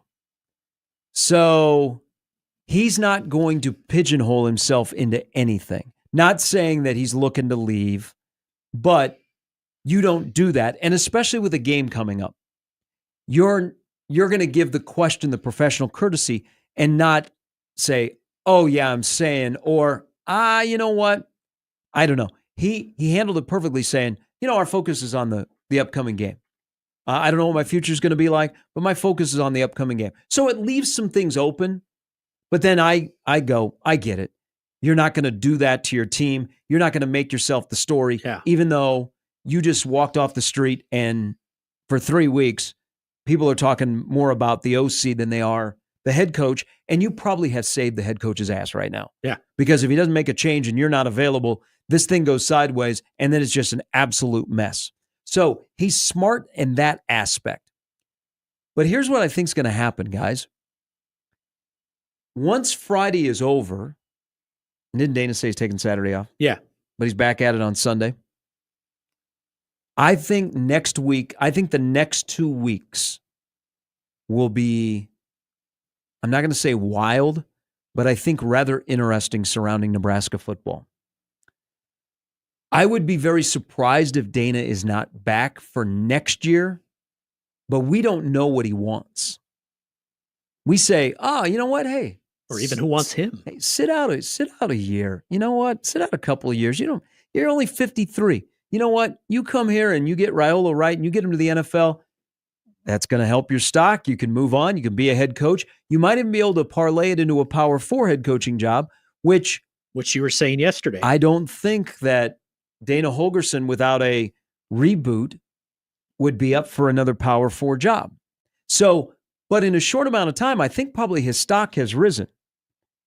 And right now, Oklahoma is probably the best current open OC job. But if you reach out to Holgorsen or his agent and they're like, yeah, I'll listen. All of a sudden, that OC that you have on your staff that you're maybe like 50-50 on, you're like, whoa, if he's going to listen to us, let's see how far down the path we go, and then we can make a decision. So I know how this works with agents and feelers, and if you have somebody in place, if that person is interested, then you make a move because you can get somebody that's better. But I think his stock has probably risen in the last couple of weeks. Again, I would be surprised if he's not here, but I think you have to also think, okay, what do we shift to? Because we got a good thing going. The vibe is different. We're going to have an opening or two on our offensive staff. I've already turned it over to him. Future staff decisions, future targets that we go after. Who do you want on your team? Who would be the pivot? But I think next week and the next 2 weeks, you will have some guys' contracts that are up. You got to make a decision. Then you got to hire some guys. You've got the signing period. Nebraska just had a decommitted tight end, which leads me to believe that Chase Lofton has already indicated that he's going to flip from Florida State to Nebraska. Then you have the portal. So there will be a plethora of players going into the portal from Nebraska because they're going to have to. But Nebraska is also going to be active to fill a couple of needs in the portal. So this is all going to happen within the span of about 2 weeks post-Iowa. And then, because you would like to use it, because you missed out on that cycle of Dylan committing and you could go and recruit to him. Mm-hmm. You don't want to miss out on the cycle of Dana saying, yes, I'll be back as the OC at Nebraska. Go get him. And somebody out there going either, oh, I want to go work with him, or, man, I could play in that offense with that quarterback and some of the things that I know that he likes to do. So once Iowa is over, give it a couple of days. I think the next 2 weeks around here will be extremely busy. There will be plenty of content before you hit the field to get ready for the bowl game. And that's the big thing. I mean, we say that every year here, and there hasn't been a bowl game on the other side of that, but now you're saying all that content, all that craziness, and then they're going to get ready for a football game. I mean, it's a different conversation, but equally big, equally important. I mean, they have enough people to run bowl practices, and rules not going anywhere. It's going to be a really interesting transition time. Now, I do know this for a fact. So you're capped at 105. And remember, Nebraska's going to send some guys off, so they won't have any eligibility left. So you're going to have to, you do the numbers game of eligibility that has expired, so you don't have to worry about them. Some players that already privately have indicated that they're going to put their name into the portal. I do know this for a fact. They aren't going to abolish the walk-on program. They have started to approach players that are technically walk-ons right now, indicating that they don't want them in the portal. They want them to stay. But they will, whatever happens with guys that are here or not here when it comes to coaching, they'll be fine. They got 5 million guys that are around the football program that they can run bowl practices. But get ready. I think we'll have a 2-week run here after Iowa that we have not had around here in a while in terms of comings and goings from the headsets to the helmets. And the biggest is, what is Dana's future? And then we find out what he wants. Mm-hmm. Like his path back through Nebraska, or his path somewhere else as an OC that they say, oh, we'll pay you an ungodly amount of money. And Dana, you're more familiar with this area of the country. Do you really want to coach in cold weather in the Big Ten? It's not always cold here. I know it's cold today. It's been a mild fall. You come to Nebraska and you dingle and dangle as an OC, and you get a lot of flowers thrown your way. You'll be back. You could slide. Dana Holgorsen could slide into a Power 4 job. We talk about this with Tony White. Could Tony White get a job after what he does as a defensive coordinator in Nebraska. Yeah, but is it going to be a high-level job? Mm-hmm. I mean, it's not going to be, he's not getting the, UCLA because of his connection, but is he getting a major Power 4 job? And one thing I took from Dana about why I think he does want to be a head coach again is he said something interesting. He said a lot of things interesting over the whole 16 minutes, but one of the things he talked about is at TCU, he was sitting in the defensive room. You don't do that unless you're challenging yourself. You're wanting to learn a little bit more. And I took from that, no, he wants to have another head coaching job one day because he wants to leave it on his own terms, not the way things ended at Houston. However, this could be a golden opportunity, like you said, to turn Nebraska around. You do that, people will come for you. That's how it usually works. And then if he stays, then this is what happens. If you have openings on your offensive staff, there's going to be, and he in the past likes a little bit younger quarterback and wide receiver coaches. And I mean, Nebraska has a young wide receiver coach, and we don't know what they want to see as a future there. But if you're thinking about what's my path to an OC job, how many times has somebody looked at working for the OC at Nebraska or the DC and said, that's my path from the tree? If I go there and I do well, then I can get that OC or DC job with Nebraska position coach on my resume. Mm-hmm. And success. I mean, first and foremost, you got to win. You got to win, and then you got to have the success that comes with it of the metrics that say, hey, you're a good offense or defense. Oh, you're one of Dana's guys. All right. I mean, that's how it works. That's an attractive thing. If you're relatively new or you're like midway through your career, to work for him because of all the connections, I think that's a hidden element of if he stays as your OC and you're not only going to recruit to his offense, you can recruit to Dana, whether it be a helmet or a headset. Mm-hmm. All right, Brandon Vogel is going to join us before the show is over. When we come back, we're going to play Peter Krenzer's favorite game. Yes. Start, bench, cut. It has nothing to do with your fantasy football lineup for the weekend. Don't forget 3 games tomorrow where the Cowboys may lose the ratings battle to the Lions. I don't think so, but I am looking forward to that Lions game because they are the story this year. But I got Cowboys Giants 1992 Thanksgiving on YouTube ready to go. Cowboys won that 30-3. Emmitt Smith put it away with a long touchdown run in the third quarter. Do you guys see we have snow game this weekend? We have the snow globe like we had in Cleveland, but it could be worse. San Francisco, Buffalo. I'm in. Is this like the 4th year in a row Buffalo's had a major winter storm? This is, I believe, the 200th year in a row Buffalo's had a major winter. I was like, I don't remember there. I mean, there's snow every year, but I don't remember like this much snow. Let me explain something to you about Buffalo. Buffalo in the winter gets snow. It's chilly. And they don't get flurries. They get tons of snow. The people up there in Buffalo are wonderful that I know. And I've been there in the summertime, but you can just see it on their faces. They are worn down. They know that winter is coming. They embrace the short, beautiful part of summer that they have in upstate Western New York. July. But you can see it. Like on their skin, their faces. Rubbery. They just know that the doom and gloom of snow is coming. Tables never stood a chance. They'll tell you everything you need to know about lake effect snow or what part of Buffalo you live in, if you're going to get more snow or less snow, or what those squalls are like. The squalls. Or how a helicopter may have directed Scott Norwood's kick away from the upright. They will complain why there are not more direct flights on JetBlue from Buffalo to Miami. But yet they will show up to watch their beloved Bills play. And San Francisco, who needs to maybe start winning sometime soon. This must win. That's going to be a snow game this weekend. All right. There's Peter. There's Jimmy. I'm Gary. It's the Gary Sharp Show on 1620 The Zone.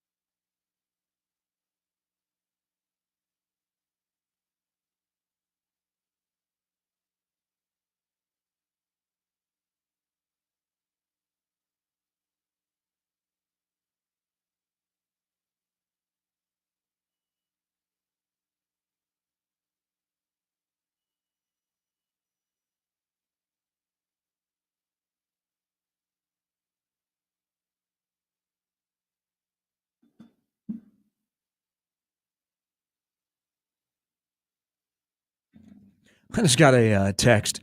Invite to go to Top Golf when I'm off the air. Friends of the show. Fire up the heat lamps.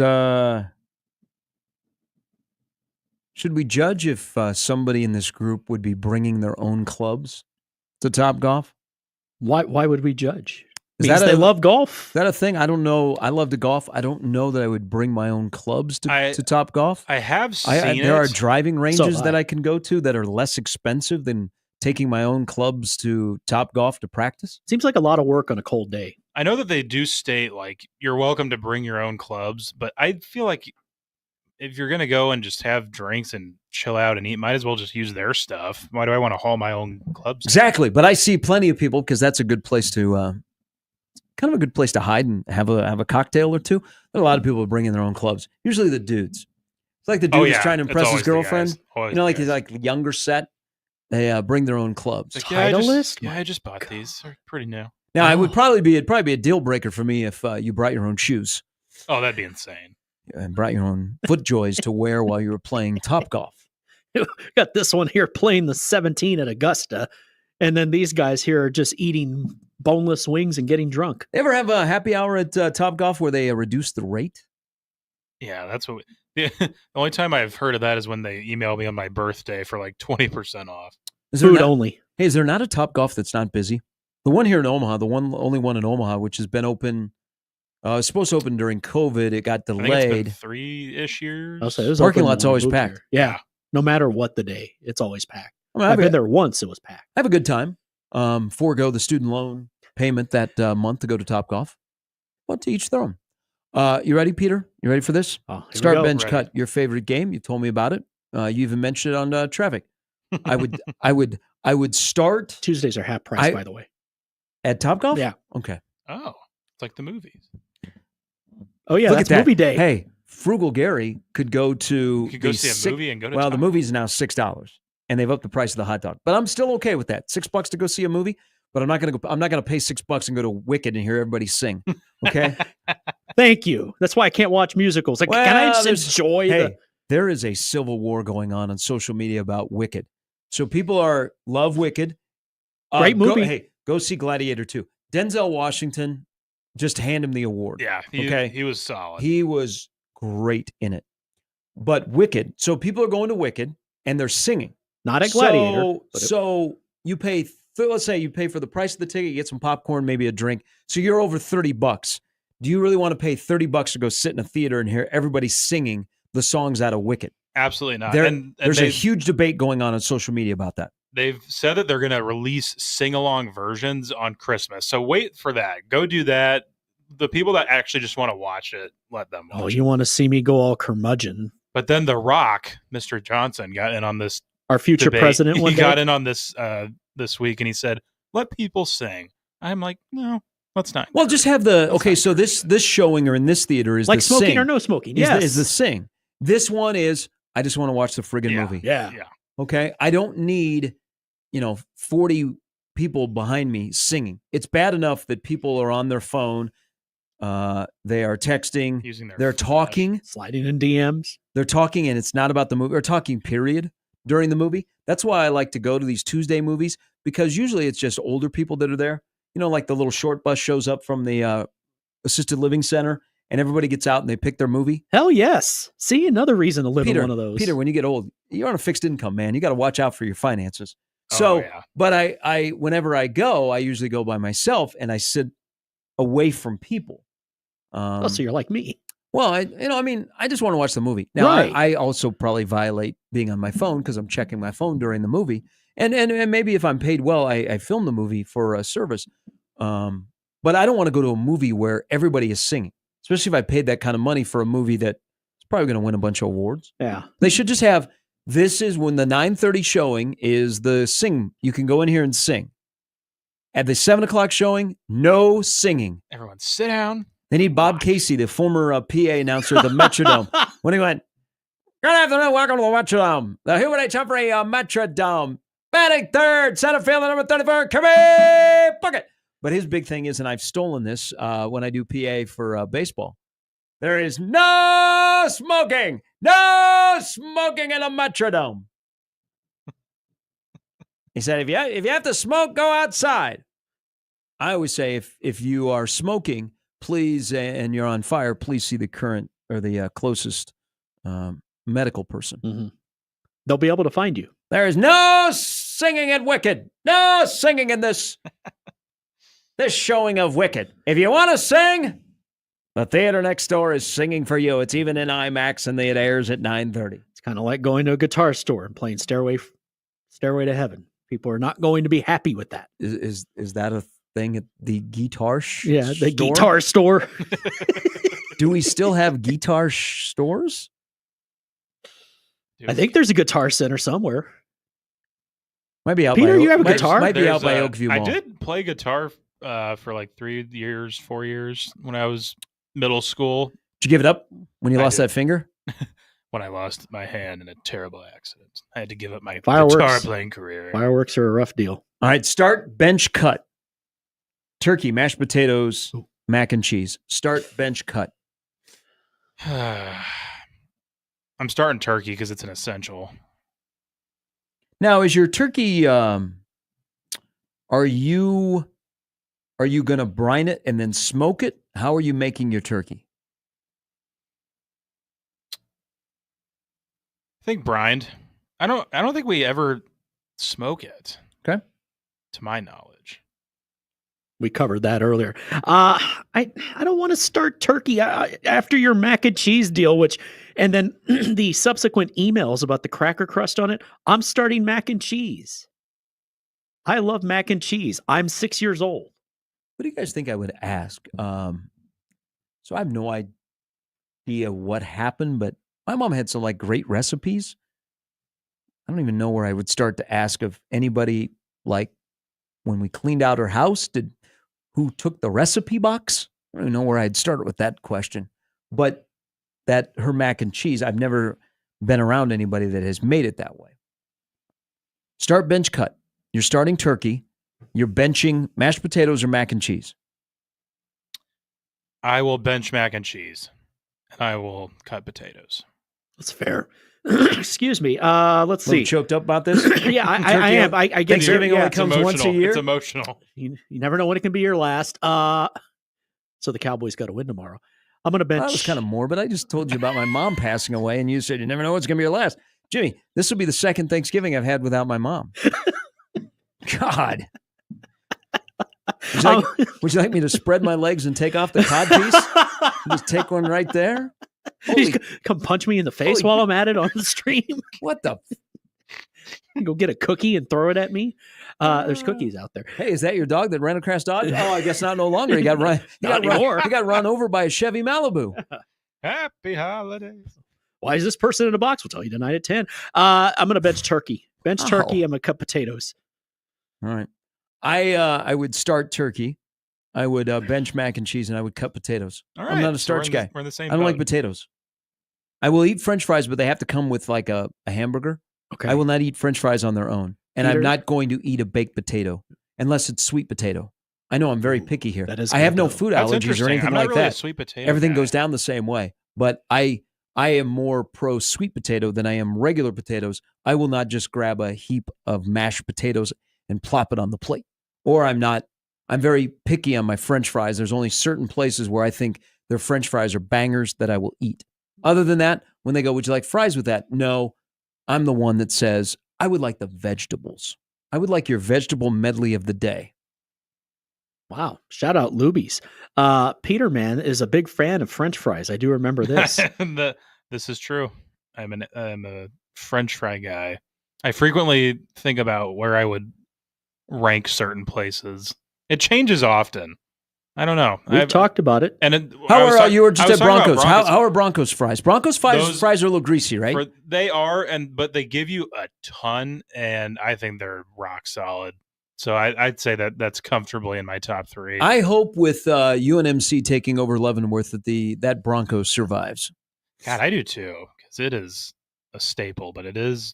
What are we down to? Just a couple of Broncos left in Omaha? There's the Leavenworth, and then there's Pacific, 120 in the Pacific, baby. Yeah, that's the one I went to. That's the one I was thinking of. It's nice and spacious, and I've Always enjoyed the food. I don't have lunch plans yet today, so I might have to hit that up on the way Jimmy, home. Please do it and let me know. Mr. Cordero, who is in a band, shout out Marty, he says, yes, we still have amazing local music stores as well. There we go. As a Guitar Center exists. I think Guitar Center is over by Oakview. So you just go in and start playing a guitar at the Guitar Center. That's a win. win. You just grab it off the wall. I don't think you can anymore. I think COVID might have killed that. But back in the early '90s, COVID you do killed whatever the you access to free guitars. That's just the Schmidt Music, like 73rd and Dodge. That's what I was trying to think. Oh, that's by Five Guys. Also good fries. Jonathan says, there you go, Peter. Broncos makes their fries fresh every day in store. Oh yeah, they're outstanding. That's what we're having for lunch today. Thank you, everybody. The batch yesterday was so good. Hey, are you ever going to become an Omahan? There's so many things in Omaha that we tell you to do that you're like, you know what? I'm not going to do that. I am doing them. I just talked I talked about Bailey's. You sent me there, and I ate that. Hey, go to Primo's on 60th and Center. You're like, you know what? I stopped at Taco Bell. Well, now we know that's not true. Tony says, next time you're at Oscars, get the crispy fries with a side of queso. Queso? But I load up on the wings and the pizza. So there's the fries. The fries would just kind of go to waste. Jake says, what man is against the baked potato with a little butter and sour cream? It's a delight. You just gave up your man card. No. Ooh. Over a baked potato? I think, you know what? I only have so much room. The baked potato, the potato period takes up a lot. Right. All right. It's very heavy. It's a big commitment. Yeah. A baked potato could serve as its own meal. And in many barbecue places, I've seen it. You put pulled pork on it and all kinds of stuff's delicious. Throw a bunch on. I'm not opposed to potato, but I'm not choosing the potato. The potato is not me. But you guys can have the potato, and I'm not going to look at you differently. Just it's a personal choice. It's like rolls. If you have 10 of them, you're going to end up not having so much room for everything else. Well, and I love potatoes, so that should tell you how I feel about turkey and mac and cheese, that they are getting the start and nod. The bench over potatoes. Yeah, see, I can still rank the best fries and not consume a lot of fries. We talk a lot about the Nebraska football team, but I don't coach the Nebraska football team. Right. See, it all makes sense. My waistline wishes that was the case. You're young. No, it's good. Eat everything you want now. I don't know, Jimmy. You made a comment about my mom who passed away 2 years ago. I'm not really vibing with anything you're saying right now. Daniel Jones has a new home. Dallas? Does he really? I just want the chaos. I don't want the quarterback. No. Daniel Jones has signed with the Minnesota Vikings to back up Sam Darnold. Okay. Practice squad. It's all set up for Daniel Jones coming in the playoffs and being the hero off the bench because something happens to Sam. If you can't beat him, sign him when they get released. Remember, Daniel Jones, the reason he got paid with the Giants is because he won the playoff game against the Vikings. If Daniel Jones does not win that road game against Minnesota, does the Giants go all in on Daniel Jones? No. Maybe want to, but no. I think this was the inevitable course for him. But you were saying or maybe it wasn't you, but this was said that sometimes that change of scenery can be okay. Yeah. This could be a good thing. Now be in Minnesota. Him and Sam Darnold will hang out until Aaron Rodgers shows up next year at the age of 41 to complete the circle of Brett Favreism. Exactly. And that's where we're headed. So get ready. It's a much more fun coach to play for, I would think. And Kevin O'Connell? Yeah. Kevin O'Connell is a brilliant offensive mind. He is one of my favorite coaches. Hey, Daboll was great on Hard Knocks. Yeah, the first Hard Knocks in the sun. So is Saquon Barkley running for the Philadelphia Eagles. Right. Yeah. See, there we go. MVP. Brandon Vogel from Hale Varsity stops by next on 1620 The Zone.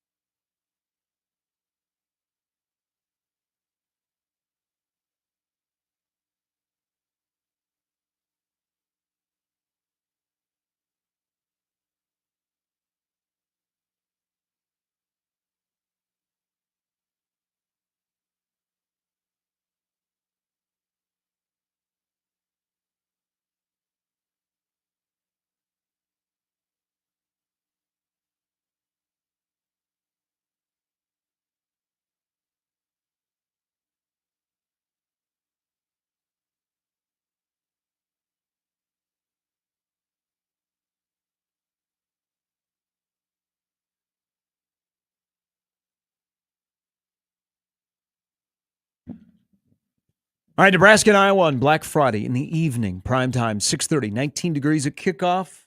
You get Colt McCoy on NBC. Nebraska is a 5.5-point underdog. The total is 39.5. Hammer that over as Nebraska tries to win 7. Winner to Tampa. Nebraska loses. They go to Nashville against SEC teams. That would be the matchup. That's what's on the line coming up on Friday night. Big Red Overreaction is immediately following the game. Curious, as we talked all week about the tone of this week, what the tone will be as Brandon Vogel from counterread.com joins us. Good morning. Happy Thanksgiving. Happy Thanksgiving to you guys. Hey, I feel obligated to ask this question. I don't believe in the theory of there is nothing to lose.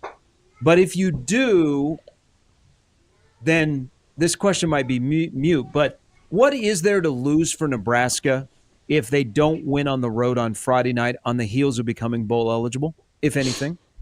Yeah, I think it's kind of been a back and forth, and it certainly has been for me. I wrote about it this week with, are we going to feel like there's momentum for Nebraska coming out of this year, which I think is the key thing, or kind of like the baseline expectation you should have for year 2 under a new coaching staff. And they kind of rested some back last week, impressively so in my mind. And I think they've got a good chance to continue that with a win this week. I mean, I know the bowl is important. Like bowl results, I traditionally don't put a ton of stock in. So to me, winning on Friday would mean more than, winning in late December, wherever that may be. So the flip side to that is they have more to gain by winning this game as opposed to anything else, especially if you can close the season with as weird and up and down as it's been with beating Wisconsin and then Iowa back-to-back. Yeah, and I mean, and when you look at the Nebraska's history in the recent series, I know they snapped that Iowa streak a couple of years ago, but it's still, 8-1, 9-1. And that those two programs have been held up as very similar programs to Nebraska for good and legitimate reasons. And you look at how they have to recruit, and especially now how they are kind of choosing to play. Getting back-to-back wins against those two would be a sign of, well, it's just something Nebraska hasn't done much in the Big Ten, if at all. Hey, you've written about it. We've talked about it, the playbook, and there's a lot in there. Holgorsen went a step further yesterday and was talking about guys playing multiple positions, which you could tell in his voice he was adamantly against. Guy comes off the street and in 2 games makes that realization. How come it took this long? Whether it be a player going to the head coach or his OC or somebody else stepping up, because Saturday they look completely different. Why did it take a guy off the street to pare down the playbook? It's a good question. I've kind of gone back to it a couple of times over the past year. I think Rule said it in January or somewhere around there of, just noting that his career has been like excellent defense and kind of middle of the road offense. So, and that was true and it made sense. And he certainly won that way. But it just kind of felt a little bit interesting to me at the time, and certainly took on kind of greater, I think, meaning as Nebraska's offense didn't take quite the jump I think it was capable of. Well, is the expectation high enough here? And if you're kind of resigned to middle of the road, you can keep adding things. I do think a little bit of his pro style. Holgorsen talked about the air raid yesterday, and kind of even though it's different now, like having that, hey, this is our scheme, like this is a defined thing, versus pro style, which kind of can bolt on parts from a lot of different places, and that's what a lot of teams do now. I mean, looking over the Holgorsen stuff when he was coming to Nebraska, it jumped out to me that he was the inside wide receivers coach at Texas Tech, which I think tells you something about, what he said about the position pieces yesterday. And then he progressed to OC, and Texas Tech had different coaches for inside and outside receiver. So that's where that comes from. Like, it's from the very beginning with him. Brandon, 2 questions. 1, does Matt Rule get enough credit for this move? But 2, more so, what's to say about him that middle of the year, and even more than middle of the year, later in the year, he sort of, for lack of a better term, gets over himself, sacrifices ego to make this leap, to make this move, and seeing what it might do for his program in the big picture. Yeah, I don't know that he's gotten enough credit yet because a lot of it goes justifiably to Holgorsen for what he's done in quick order. I think if Nebraska closes this season with some of that momentum we were talking about earlier, he will get that credit, or at least he should. And the fact that he made the move said to me, because we talk about this 7 days a week and write about it, and it's easy to kind of like say, oh, the pressure's building. Oh, it feels like this move said that, yes, he thought things were at a kind of a serious juncture in his coaching tenure too. And that deserves some credit because some coaches don't know when that point has arrived, or some never let on or do something about it until it's too late. This was a really proactive move you just don't see a change like this in season very often. I want to go back because we are 11 games in and the offense is getting all the attention, but Nebraska plays the other side of the ball, and it's kind of been a roller coaster this year. Back in April, you wrote about the discussion amongst Tony White and the players and the defensive guys about we want to be the best defense in the country. With one game to go in 2024, that was back in spring ball. We've now gone through a season of some injuries, maybe running the wrong defense, communication issues, whatever. They're still good metric-wise in total defense, but if you had to describe Nebraska's 2024 defense 11 games into the season, where would you start?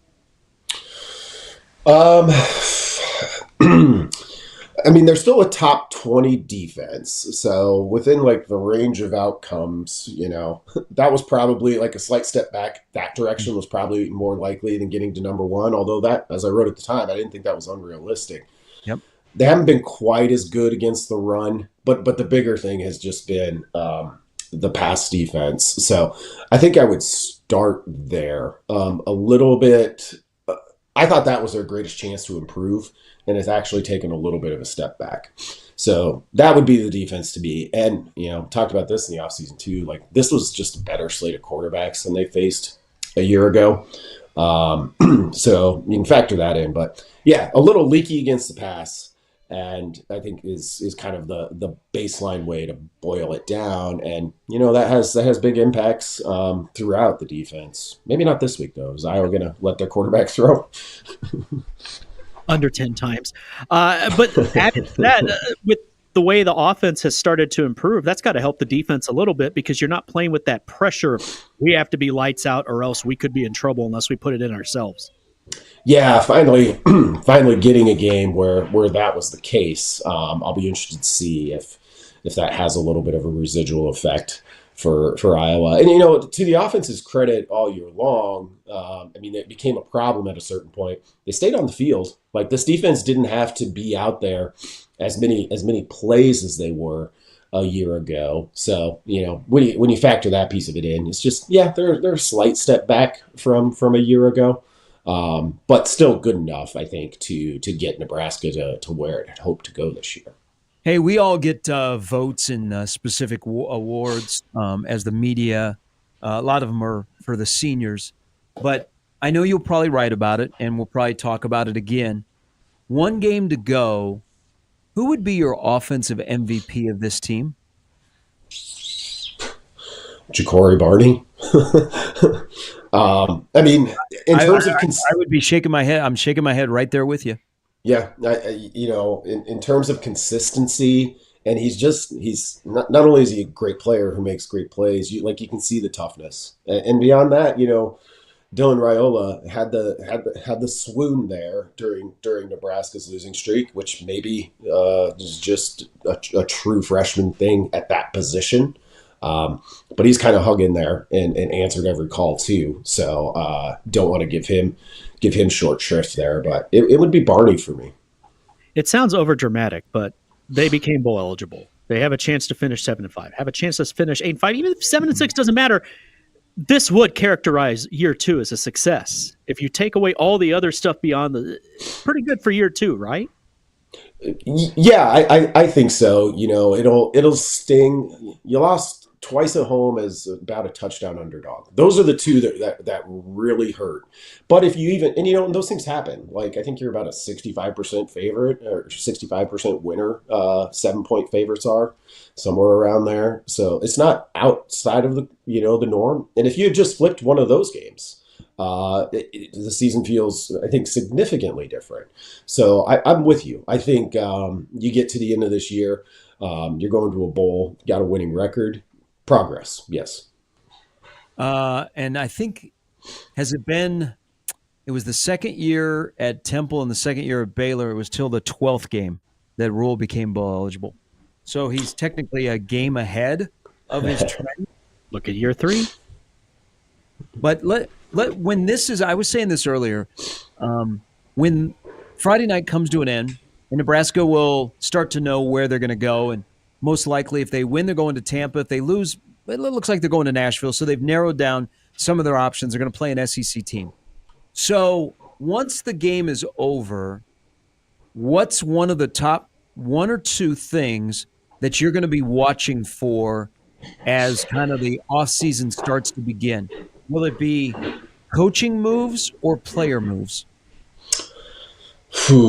Probably player moves, because those are gonna start flowing right away. And Matt Rule talked about it a couple of weeks ago. Kirk Ferentz talked about it this week. For these programs, like those two in particular, and those like them, like, this is a big deal when walk-ons have serious roles on the team. So it's gonna be rough, I think, for Nebraska. Not in terms of like, this guy you'd never expect to leave is going to leave, but at a place like this where so many people have so much familiarity with the entire roster, they're all going to sting a little bit. So I think that'll be the big one, seeing what happens there, because we kind of have no idea. This is uncharted territory. Yep. Of like, what do you do? Who are those players that you don't want to lose, but you just have to? So I think that comes first to mind. And then in terms of the coaching stuff, wouldn't surprise me if that stuff comes a little bit later. But we'll see. Clarification on the 105, and I don't mean to put you on the spot, but it's a 105, right? There's no taxi squad. It is 105 football players in your program. Yeah. And the Big Ten coaches had really fought to like kind of gradually step that down. And I haven't seen anything yet on like why that just didn't happen. But it didn't. So it's going to be kind of a sudden and shocking change for some of these Big Ten programs that carry a lot of players. Yeah, the fallout will be. I don't think it'll be good. And whatever we're going to, but at 105, you're going to have to be really, really good in your evaluation and your development.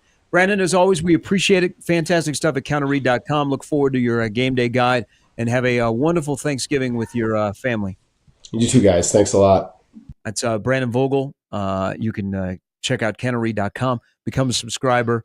They'll have the game day guide, which is a must-read, a quick read. They got a deal going, too. I just got the email about They do. that. Yeah. Black Friday.